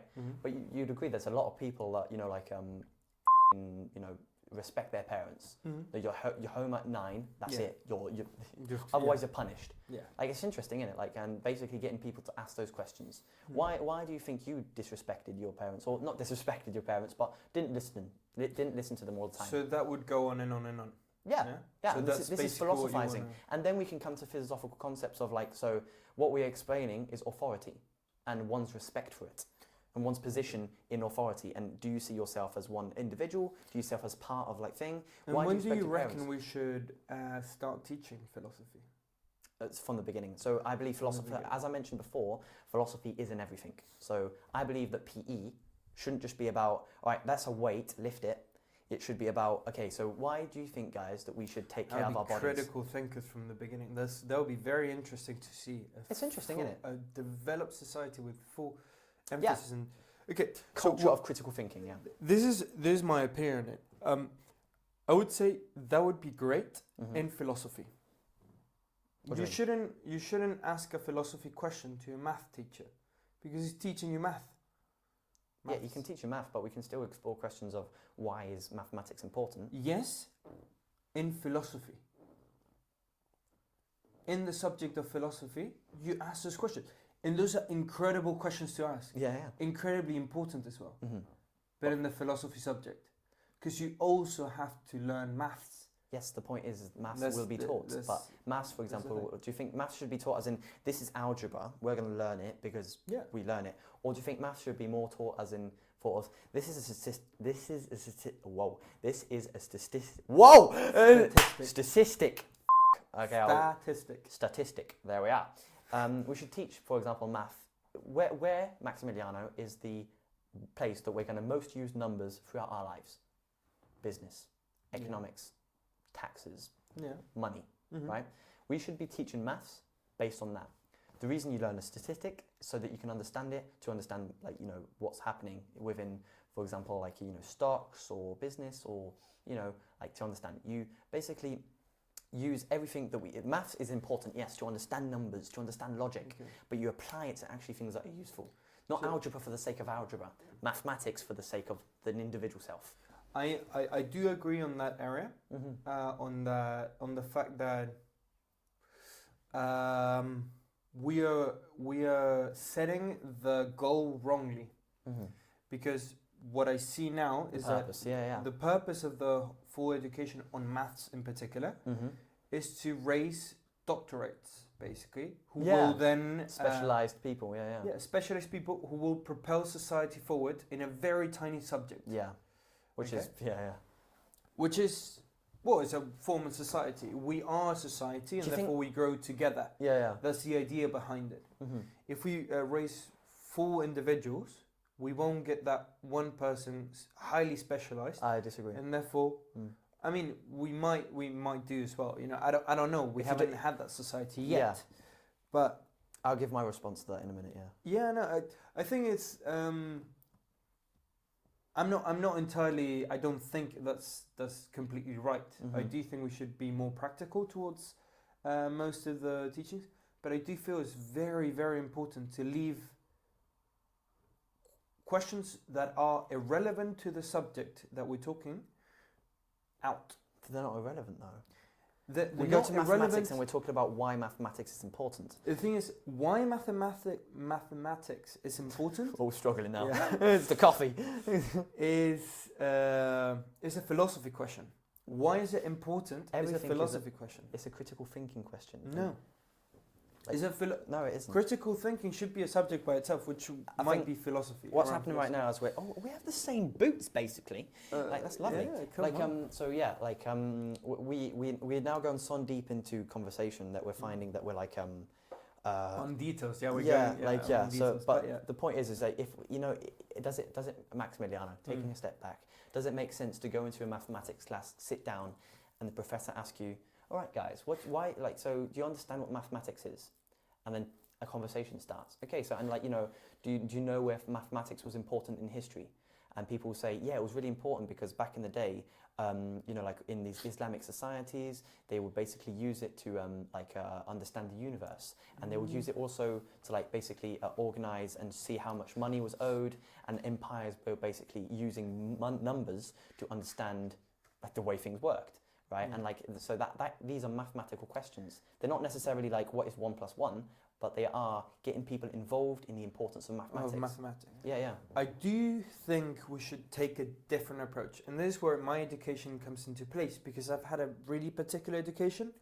I was in a Swiss school, which has a complete different system, and then moved to a Waldorf school, which takes into consideration, so the main thing is the individual itself. So most of the things that you're talking about are very similar to Waldorf education, taking the inspiring the individual to learn, basically. Yeah, exactly. They take into consideration the fact that humans are inherently curious. That's what they say. That's a philosophy, and therefore, if we inspire you, you will learn by yourself. Teaching because people you're how to inspired learn, not just teaching them. Yeah. All sorts. But that particular thing of mathematics, I actually heard it from the teacher of mathematics. Exactly, yeah. So it makes sense then, doesn't it, Max? I'm not entirely agreeing with that, No, because maybe it shouldn't be taught in mathematics. Maybe it should be taught in something else, or maybe at the beginning of mathematics or something like that. I wouldn't. But that's not the main focus of mathematics. What is the main focus is to learn how to think like a mathematician. Okay, in that case, do you think the current education system, it triggers different areas of your brain to think like if you're solving a problem in maths, it's different than to read a text and write a critical. Agreed. That we can understand. No, but and that's the whole point. You have to think like you have to learn how to think like a mathematician. And do you believe the education system is currently set up to do that? Partly yes. Here's the formula. Here's everything. For example, if we take Pythagorean theorem, you know that? Yeah. It's like the triangle hypotenuse. Oh yeah, that one. Like a triangle, blah blah blah. Hypotenuse, Yeah. Like hypotenuse. Like so do you think here's what we have? Who cares about who came up with that? We're not even going to look at that. This is what is known. I mean, it's irrelevant. But use it. Is it irrelevant? Really? I mean, it's irrelevant for the maths class. It's relevant for the history class, maybe. No, okay, fair. Right, we'll skip over that then. Yeah. Okay, if you disagree with that, so people are learning this, and like they're okay. So we have a triangle here, like that, and like I know that this and this uses to make that. That's really cool, and there's like the formula for that is that. We've learnt that as that. So that we could say that that's helped me become a mathematician. Oh, okay, yeah. Yeah, it's but one step in closer. what in what world, in what area of life am I actually going to use this? And most of the time it will be never. But like the point is I think it's important still to understand when that has been used and when it has been useful. For example, we use that to fucking determine the size of the Earth. Yeah. In France, these scientists were doing this thing where they were basically they went to the highest towers all throughout France to determine on the equator, on the things to determine how big the Earth was with this thing. Yeah. That's amazing. You know what I mean? I know, it's crazy. Yeah. And that is never known. That is never taught. I learned that on YouTube. Yeah. There we are. You know what I mean? You and it's ridiculous. So mathematics, yes, it can be used to train mathematicians. Not everyone wants to be a mathematician as well. The point is getting people involved and understanding why mathematics is important to be able to put the attention on where mathematics is important. So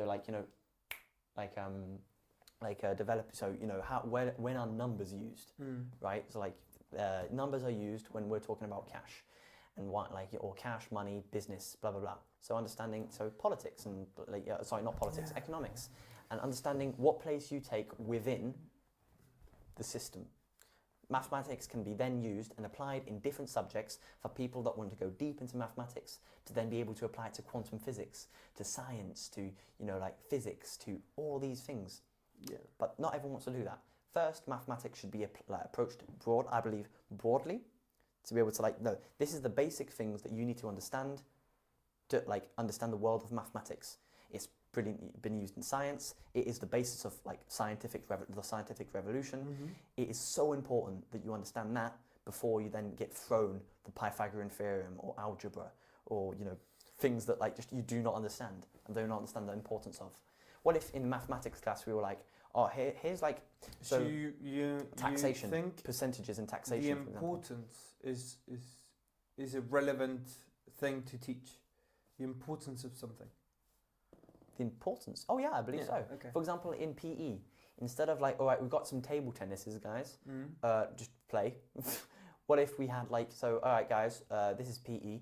We're going to look at why it's important to take care of your body, why it's important to eat healthy, why it's important to move every day, why it's blah, blah, blah, and we teach that. And for example, instead of teaching lift this weight, we teach so this is when you wake up in the morning, what do you think is a good thing to do to take care of your body? And get people thinking, I think stretching is important. All right, so what stretches could we do? And then, basically get people to practice these stretches. And then, so what are some sports, what interests you? I quite like swimming. So also, blah, blah, blah, blah, blah, blah. The thing is, this is my thinking behind it. Yeah. I feel the person who has changed the educational system in each country has always thought about those. But it says, I think, in this a major component, we say to children, okay, it's not relevant that they know why is it important. It's not relevant for them. Yeah. It's relevant that they do it. And that's what I do think the education system has done. I don't fully agree on it, okay?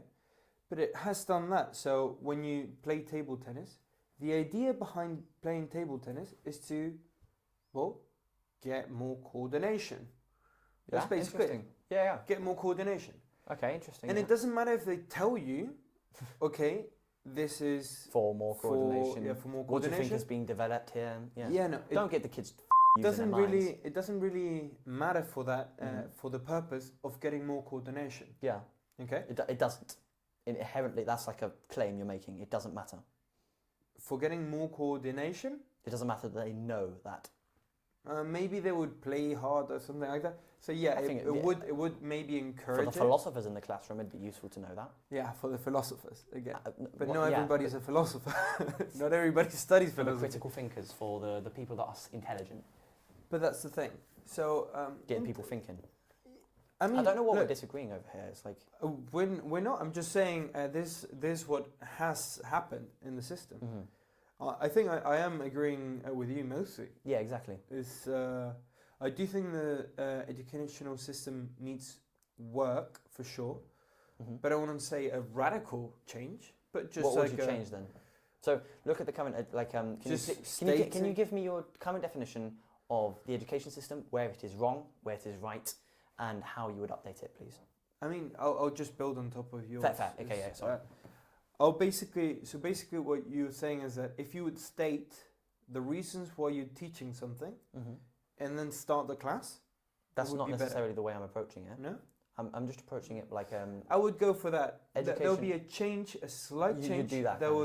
That would change the whole spectrum, and it would include your type of thinking, which is right. It's inherently right. That's the thing, in my opinion. Correct. Yeah. So that's the whole thing. I would add, and I would mix these two systems.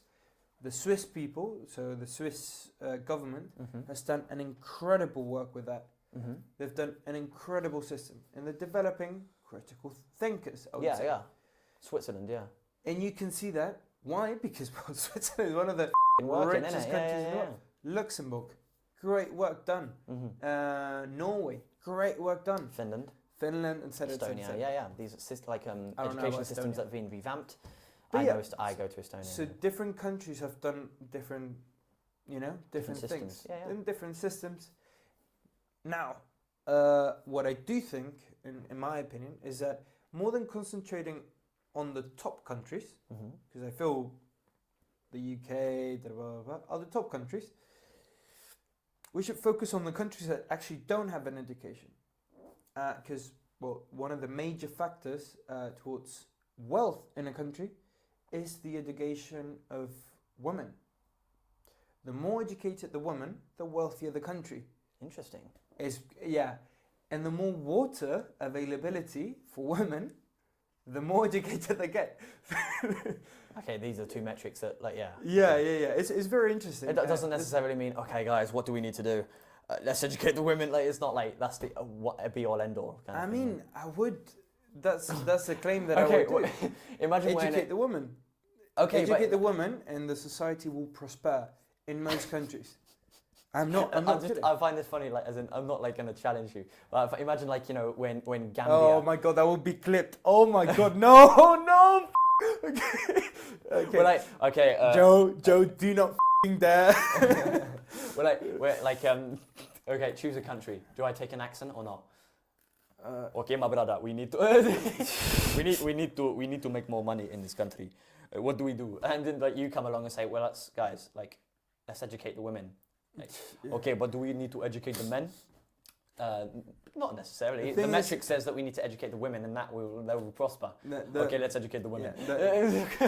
So I would say that the major factor or the reason why, if you educate the woman, then it will grow. Yeah, it's an interesting metric. It's like something that's been noticed. Yeah. I think it's just pure economics. Don't you think that if you just educate the population better, we'll do more? It'll be wealthier. Not necessarily the women. When I think about education, I think about what would solve the major problem for the next generation. That's the main question that I ask. And if I think, there's 2 billion people who are not being educated currently in the world. So basically, a fourth of the population does have no education at all. Then another fourth has primary. Another fourth is secondary, I think. Something like that. And when you're talking about education, you're talking about higher or secondary or just normal? So primary school. Primary school. Half of the population of the world doesn't have primary school. Ended in primary. Yeah. And then when we're talking about secondary and so on, when we're talking about these changes, we're normally talking about secondary and above. Yeah. Primary, I mean, is just to teach you how to... the basics. The basics, how to behave. In fact, even that I think we could change. We could make it more playful and social mobility. Again, the Swiss do a great job in that. Yeah. But again, if you look at that picture, half of the population of the world does not have the basic education, let's say, which is till secondary. I'll call it till secondary. Then I would reckon for the next generation, if we could get 50% more people, 100% more people educated so that they can participate in the economy fully and in the development of society, we will go and like start being in the stars like in no time, man. Okay, so, So the everything people that would- aren't receiving education, Yeah. these are people like, you know, in Africa and some parts of Asia. Africa, People that are China. very far from, for example, the UK. Yeah. So because I'm talking obviously about yes, it's all good and well to like, you know, go and develop their countries, like, you know, and revamp their education Mhm. systems, but ours are as well. Philippines. Yeah, you know what I mean? Like the people you're talking about, like that don't have these education systems, Half of the world. that's yeah. not the UK. Yeah, but it's half of the world. It's half of the world, and it is a problem. Mm. But if we're going to talk about how we're going to actually solve this problem, I think we need to get our country in line, as in like our education system first. Do you know what I mean? Okay. Like as in, like, I agree with the idea that if we educate half the if we educate this other half of the population, It would be way easier. beautiful things will be done. It would Like, be way easier. imagine we have like a massive, like Elon Musk gives his entire bank account towards establishing 1 billion schools or 1 You million need schools. about 600 billion. 600, yeah, lovely. That's nothing. It's not much. Like no, but Just the point. the top 3 people, and that's it. What? The top 3 I people. thought you said we got a top 3 people. no. yeah. Yeah, 3 people. The top 3 people in the world. Just if they give the whole wealth into education, that's it. Okay, but fair. But and in that case, imagine they do. Imagine that somehow magically happens. Yeah. What is the system we're going to implement? Is it going to be the current system that we have in our society? Yeah. Well, we can start with the basics. I That's think the we thing. have to implement a finalist education system. Develop them, develop them individually and create in their creative and moral and relationship aspects, and you know who they are capable of becoming, touch and self mastery, like and all that, and reason. And then, like, you know, that's where they take those skills to develop themselves, where they can then apply their selves into, like, hard mathematics, hard economics, you know, politics and, you know, how to design society correctly, basically. So I would. This is my perspective. I would prefer to just throw shit at the wall until something sticks. Basically, that's the way. That's the way of business. So I would prefer to just literally implement a system, a faulty system, but a system where you can iterate, so get it better over time, than not to have a system at all, and then wait for a perfect system and then deploy it. You know, that's my way of thinking. Okay, Yeah. I'd like to present you an idea. Are you ready? I believe so, and then a question I'd like to also basically start implementing into my viewers and culture in general is the idea of a finalist society. So I believe that, and if we're going to frame it through education, I believe that in a finalist society, education would be the biggest public investment. Because, and I'm going to give you my reasoning for that. So, education is how people learn the skills of society. It's how they learn how to take a part in the world. Right, it's how they get their skills. It's how they develop. It's where they meet most of their friends. It's where they have most of their social investment skills. for the state. It's investment for the state, right? And like if we're looking the at next generation, humanity as a species that we're a part of, that it's a project that we're always developing and always maintaining and stuff. Education would be very important, right? And I believe if we revamp the economic system as well, we would have to make it so that it is like we're putting a lot of money into education, making it so that everyone can access it, making it so that it's high quality education, and also making it so that we attract teachers and we attract high quality teachers. Yeah. And I would making it only so that take the top of the class actually. Sorry? I don't remember where this is. Oh, Japan or China, I think. Either Japan or China have this thing where the top of the class of every bachelor's, they get sent a letter from the government, or they get basically only the top 5 can apply to be a teacher. In Japan, I think it is. Interesting, yeah. That's design, isn't it? That's great. But do you get the idea that I'm presenting? Like, it's education is the biggest public investment. Yeah. And there would be obviously massive, so the government would fund lots of money into the education system. But not only it's not about taxes and funding. No. It's about societal design, purpose-driven, meaningful for societal design. Generation. And then and then we'd have this system where we have. Imagine teachers are getting paid massive amounts of money. Like CEOs and teachers are on the same level, which you can make the argument doesn't make sense, but the point is that would then attract more teachers. More people would be learning and trying to become teachers, and what that means is that we have a culture of education, We Yeah. have a culture of learn, learn, learn, learn, and give and pass down. So this is where I'm going to go. I believe that's the way to go. Yeah. That's the way of the future. Do you agree right? with it in certain sense? Yeah. Absolutely. Now, what I've learned running a business is that there's two major components to a business: the present and the future. Okay. That's it. The past. Yeah. Yeah, there's not. Nobody cares about the past. Yeah, yeah. It's irrelevant for business.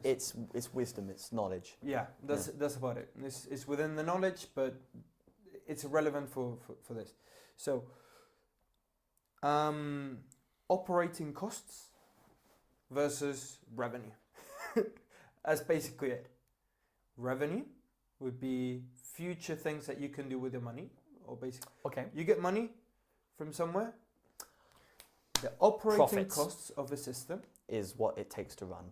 what it takes to run, and then you got the future investments, let's call it. Because you can also give to society or give to the investors, which are called dividends. Yeah. From the revenue, you basically give to the investors, and those are called dividends. Mm-hmm. Okay? A good company normally has 20%,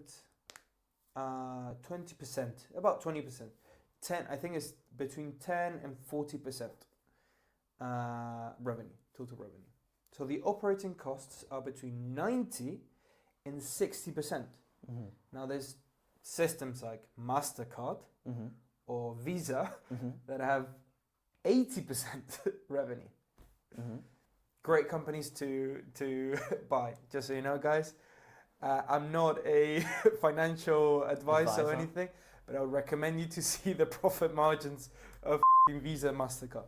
Yeah. So you they're got doing well. 60, yeah, I think that they said 60%, okay? But basically, they can invest so much money into the future Mm-hmm. that, that is like the goal, in my opinion. To have what? operating costs of a society Mm-hmm. very, very low.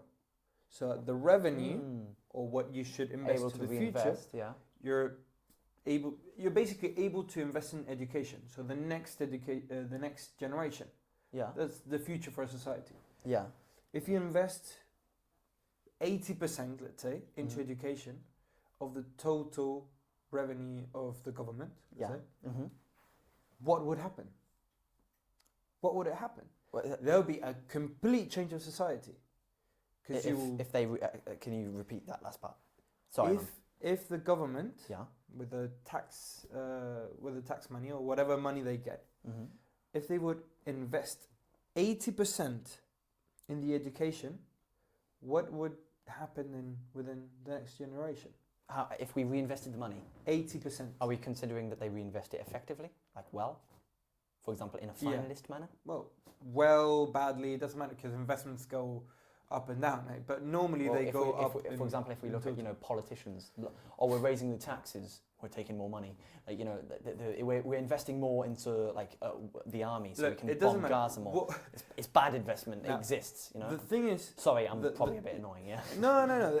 The point is, we're reinvesting into education. Yeah. With instead of I think 6% currently in the UK, I'm not entirely sure. Mhm. I won't say any digits actually. Yeah. You get slashed. Yeah. But let's cut it. We up it up to 80%. So 80% of all your money that you pay in tax goes into the next generation. Yeah. Okay. What would happen then? It'd be beautiful, wouldn't it? And that's Exactly. basically we're The operating. development of people Yeah. would be huge. I think Huge. this is And then development of society. £10,000 per kid right now. Yeah. That's basically what Yeah. Well, someone they needs to spend. spend. £10,000 a year. Yeah, and That's then what one kid costs in a public school. so you're operating based on one already a finalist method of framework. So a finalist idea, which is education is important and education needs to be prioritized, Yeah. and the development of people and the agents within a society is massively important, and therefore the loop, we need more education is important. Yeah. So there'll come great ideas. So for Exactly. example, the idea of being happy, that's the being happy and being successful are completely opposites, I would say. Yeah. Economically successful, Mm-hmm. I would say. Well, not opposites, but it's very difficult to get both, for sure. Because normally money comes with a lot of stress. Yeah. Normally. Yeah. Sometimes it doesn't and so on. Yeah. But, for example, the study of happiness would be incredible. If we could literally fund a project that is only towards the study of happiness or contentness. Flourishing. Study of flourishing. How well people are living. Yeah, let's call it that. Because happiness is a pretty thing. Happiness. Because you can smoke a cigarette and you'll be happy. Yeah. So people are content. Mm-hmm. And then we teach this in school. What would happen? What society would we have? Teach what in school? The study that we see. The study that after a couple of years, we teach that in school. What do we just give them the numbers? I don't know what or we give them. From the numbers, we understand what is important. Look, so I don't know because I don't know what the result would be. I don't know if it would be a technique of life, if it would be in that. Yeah, that's the point. Like you know? we can already know that. Like there's the capacity. So Amartya Sen, something like that. Basically, we it's pretty simple what makes a good life. To be honest, like if you spend time with if you spend time with family, developing yourself creatively, that makes you happier. If you spend time taking care of your body, like meditating or eating healthy foods, and going to the gym, that helps. And if you then spend more time at work and less time with your family, that's worse, right? We can understand what makes people happy within society. We don't need to do so. I think it depends on the individual. Sorry. Because absolutely, I think it depends on but for example, I like to work insane hours and I love it. I love it. Yes, I know, but and a lot of people do. But the idea is there's main things that draw us together that we can understand. So for example, living in a warm home, you can understand how that helps. Spending time with the family is an easy one. I'm not disagreeing with you. I'm just saying, if we could share that to the future generation. Exactly. Not even share it, but establishing the importance of it, and then. I don't know if establishing is a good word, but just showing it at least. Mm-hmm. And then we reiterate. We create a better system, maybe, and then I don't know. I'm arguing that this these ideas don't already exist but are easily implementable. I think you're correct in understanding the importance of what makes humans happy and then putting our effort into developing that, right? So for an interesting one. So this is kind of shifting, but there's a housing crisis in Bristol, right? Yeah. Houses are expensive, and that is a problem. Let me explain why. 1989, Berlin Wall comes down. The entire of East Berlin is empty. Pretty much empty. So there's train stations, houses, buildings that are completely empty. Yeah. The rent is like that. It's easy to live. I lived in Berlin, so I know. Exactly, yeah. The rent is very small. What did that attract? It attracted artists, thinkers, people that are different, people that are quirky. It didn't attract. The government made a purposeful thing to bring people between the ages 20 and 30. Oh, interesting. There we are. We're adding to the idea. Or 35. And they gave a bonus, or they gave no tax. Do you get what I'm saying? Basically this shift, this emptiness attracted young people, artists, thinkers, creative, people that are hungry for life. Yeah. And what that gave is literally the identity of Berlin that it now has. So it doesn't have that identity now. Yeah, you get what I mean. Yeah, a lot of it, underground, music, the creativeness, the creativity. No, I know what you mean. What I mean is, Bristol once had that.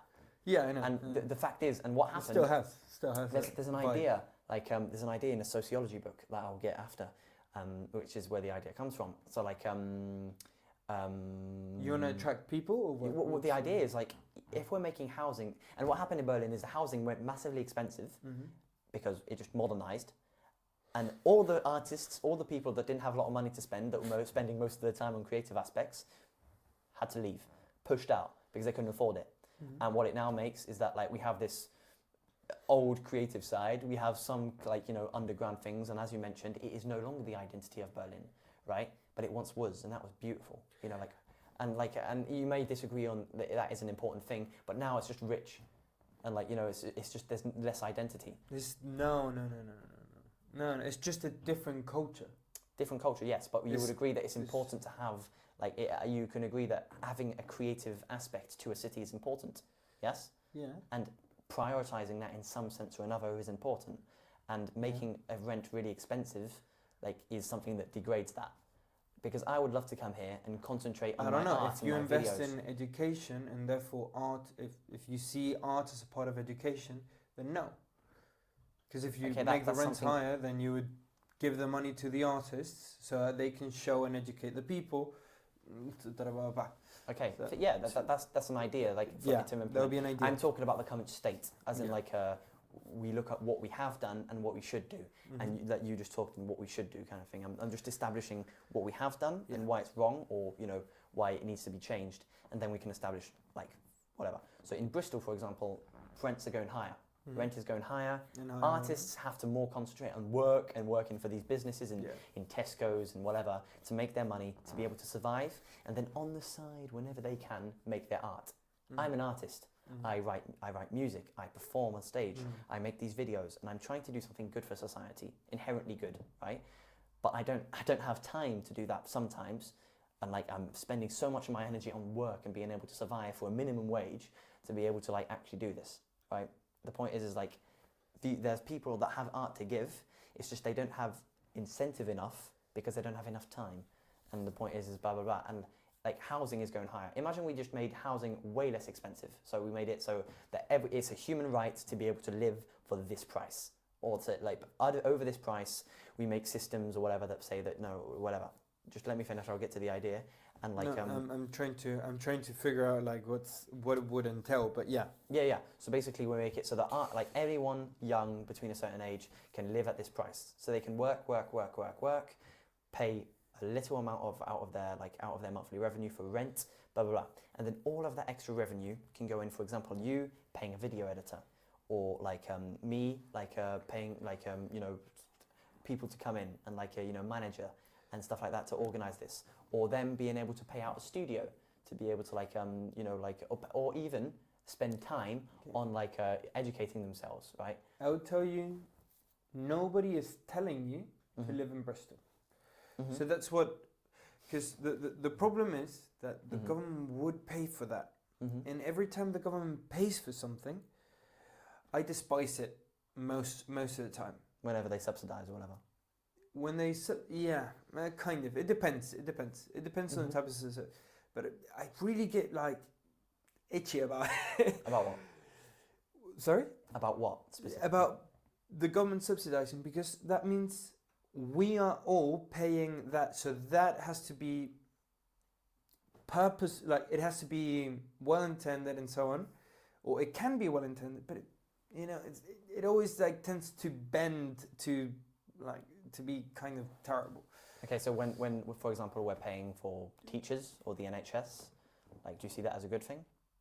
Yeah, We're investing into healthcare or we're investing into education. Yeah. You see that as a good thing, for example. yeah. But you see it as a bad thing, for example, when we're subsidizing oil, or maybe not, like, or when we're subsidizing benefits. Yeah, I mean, I would have to go one by one, but Yeah, exactly. I- Sometimes it is good. I you can agree. don't Most of the time fully it's bad. like it. Yeah, I of don't course. fully Oh, like it. Jesus Christ! Look, I agree that the current political system is. Thing is, when you say okay, we'll pay for let's say under 25-year-olds, Yeah. who's paying for that? Paying for what? Under 25 Under year olds. 25 What to make the system? to make the system actually work. Oh, So- we don't have to pay for it. We can make laws protecting. Like, we can, like, this is why But there's a legislation gap. exists. So that gap in the market, Yeah. somebody pays it. That's it. That's the thing. Yeah, Whether it's this is the this is owner why of the we can house. decentralize, but, like, this So is this what's is yeah. there's a problem with Of those course, things. yeah. The price of There's in problems economics, behind it. Yeah, absolutely, I agree. in economics, every price will be paid at some point, At some point, yeah. and that's the problem. Well, that's what many religious things say, but also karma. You can see it as karma, divine intervention, or even ecologists say. So there's actually a factor within in economics, within business studies, which is all the things that you know you're going to get, plus the things that you don't know. Yeah. So things like CO2 you don't take into account. That you have to pay for. Yeah, that you have Like to punishments. pay for. No, you have to pay for it. It's not a punishment. But it's a CO2. CO2 is it's an externality. It's been emitted. Externality. There we go. I forgot the word. So it's an externality. Yeah. Externality is everything that you don't know that you are going to get, and basically somebody else is paying. Yeah. But yeah, that's the whole problem. Like the system is very, like it's at balance right now. So every change really like creates a turbulence for the whole system. Yeah. Every time. Yeah. So I wouldn't be so encouraging towards those type of changes. What I would change, and this is the things that you have said from the beginning, is the internal change, Cultural change. the individuals Yes. changing their perspective on things, taking authority for their own actions, taking authority for their own focus, and that's a major currency at the end of the day. Yes. How you actually decide to spend your time with. Yeah. So yeah, I would agree on that for sure. An interesting thing within so this is not necessarily finalism, but an interesting thing about how it should be, is that we establish what is important, and do you remember so we establish what is important, and then in relation of that, making the effort that is required. So for example, if we're just going to agree just on this first thing, and even if you don't, having artists and creators within a society, within a city, is good. Yeah. Because it gives it a vibe, it gives it an energy. Yeah. Brings music, brings whatever. Yeah, it's important for humanity. Yeah. And from there, we understand why are we not attracting a lot of artists? Yes. Because the rent is high and because they can't afford to live here. So what we do, imagine you're a politician and that's important for you to go, all right, so how do we establish and how do we make it so that more creators come? Right, lower the rent. How do we lower the rent? We make laws so that it needs to be here, and then based on those laws, we make it so that whatever. So we make it so that I guess we can make it either so that property owners have to lower their rent by law, or we could make it so that they have to lower it by a certain amount and the government pays the rest, or something like that. And then obviously the hole in the market, and we have to methodically solve every problem that comes because we're trying to establish this purpose which we believe is good. Yeah. Right? And on that we can go for a lot of things. Not only this and artists and creators, I think but it's within the education thinking system. Or something like that. Backwards thinking, yeah. I mean, I don't know exactly. You think about the objective first, and then you think back. Okay. Exactly, purpose-driven effort. Yeah. So teleology. Do you know what teleology is? No. The study of ends and purposes. Okay. So that's one of the main things about finalism, is that it is a teleological framework. So effort now because of a purpose, which is your final form, right? So and you should for example, the highest form. The highest form, not necessarily just your best self. Your final form isn't something that exists in the future. It's something that you can align with now. Right, and you'd like to bring that to Christianity and Jesus. No, the thing is, I just say Jesus is for Christians. Jesus is the final form. Yeah, fair. Okay, and everyone, just everyone is supposed for to Buddhism. Yeah. The Buddha is the final form. Okay. Oh yeah, I have a question. When was Jesus born? Nazareth, I think. I don't know. Sorry. No, when? When? 33 before Christ. No, what date? What date was he born? No idea. So yeah, would you say 24th of 24th December? of December? See, that's most people say that, but that there is so the 24th of December is actually a pagan festival that Christianity said that Jesus was born on because more people would believe it, and it was all like a marketing stunt, literally. And we never know when he was born, but there's speculation that he was born on the 5th of March. Okay. That's another thing. Do you know when the first documents of the first documentation of Jesus existing was? No. By Paul's letters, 70 years after his death. Okay. So and Paul, the person who wrote about Jesus for the first time, never met Jesus. It was testimony. I know the Jesus is living. Well, we don't want to go into historical. Yeah, but I know there's say your point. Pretty good evidence for Jesus's life and I think resurrection. Most people agree. I would agree that Jesus existed. Okay. because we wouldn't talk about someone as much as this. The thing is, I'm not entirely sure because I haven't looked at the evidence, but I know there's a lot of evidence towards Jesus' existence Yeah. and also resurrection, which makes it so complicated, and that's why I started going back to Christianity. Okay. And and this evidence being testimony then. Not testimonies from like people who lived at the time, Yeah. Roman guys in position of power, guys Testimony, in politics, authoritarian, or not authoritarian, testimony historians, that is etc. believable. from that time as well. So Which, testimony, I can say that there's a unicorn outside and that's testimony. Do you believe yeah, me? but in legal documents and stuff like that. So Legal documents. Yeah. Ah. So that's Doesn't matter, it's still testimony. Yeah. well, yeah, it is. Yeah. Well, that's a conversation for Yeah, another time. That's a point of disagreement, and it's interesting to avoid it, kind of thing. Because we agree on most things. That's actually a point. I don't think I'm fully equipped to have the conversation of religion because I'm not a religious orientated guy. Yeah. I just have religion in my life. Yes, agreed. That's brilliant. And religion is important. That's It offers, you probably follow the Bible because it has wisdom and knowledge in it. I don't know if I follow. I'm reading the Bible right now, so Yeah. I don't know if I follow it. No worries. Well, I mean, the Bible. The Bible is it's beautiful. I'm looking book. at it as a document, and I'm saying, Exactly. is this actually true towards me? Yeah. So I see, for example, Psalms and the Psalms, and well, I forgot the book that. I forgot the other book, mate. But it's basically.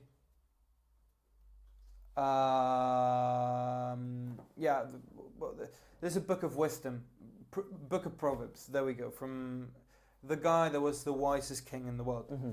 If you read that, and you say, okay, if it was the wisest human in the world, then what is he on about? Okay, then and you read it just like you would read any other book, like just like trying to think, okay, if I would do this, would this go according towards it, and so on.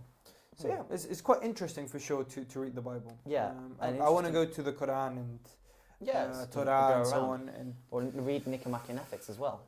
Sorry, Nicomachean Ethics, Aristotle's Bible. Oh yeah, might do as well. And yeah, I know. I'm trying to read like live one by one. virtuously.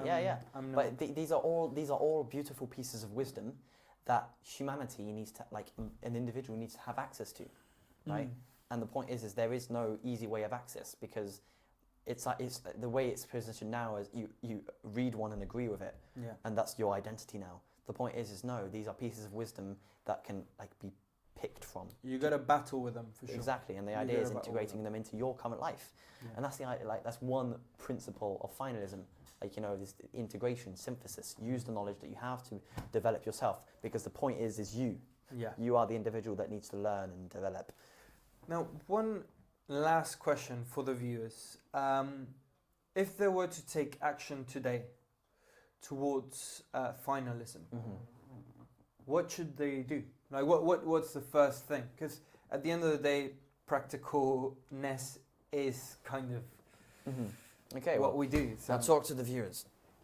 Okay, that's an interesting question. I am here on the mission to try and understand the state of collapse of our society and then begin the efforts to solve it, to redesign our world. And I'm looking for help in this. All I am now is just a person talking on camera. I like talking about complex ideas, but I don't know how to organize camera work or edit a video or organize studios and sessions or get people in an area because of the logistics. I need help. And every single movement in history that has ever changed something within society hasn't been done with one person. It has had leadership, but it has not been one person doing all the effort.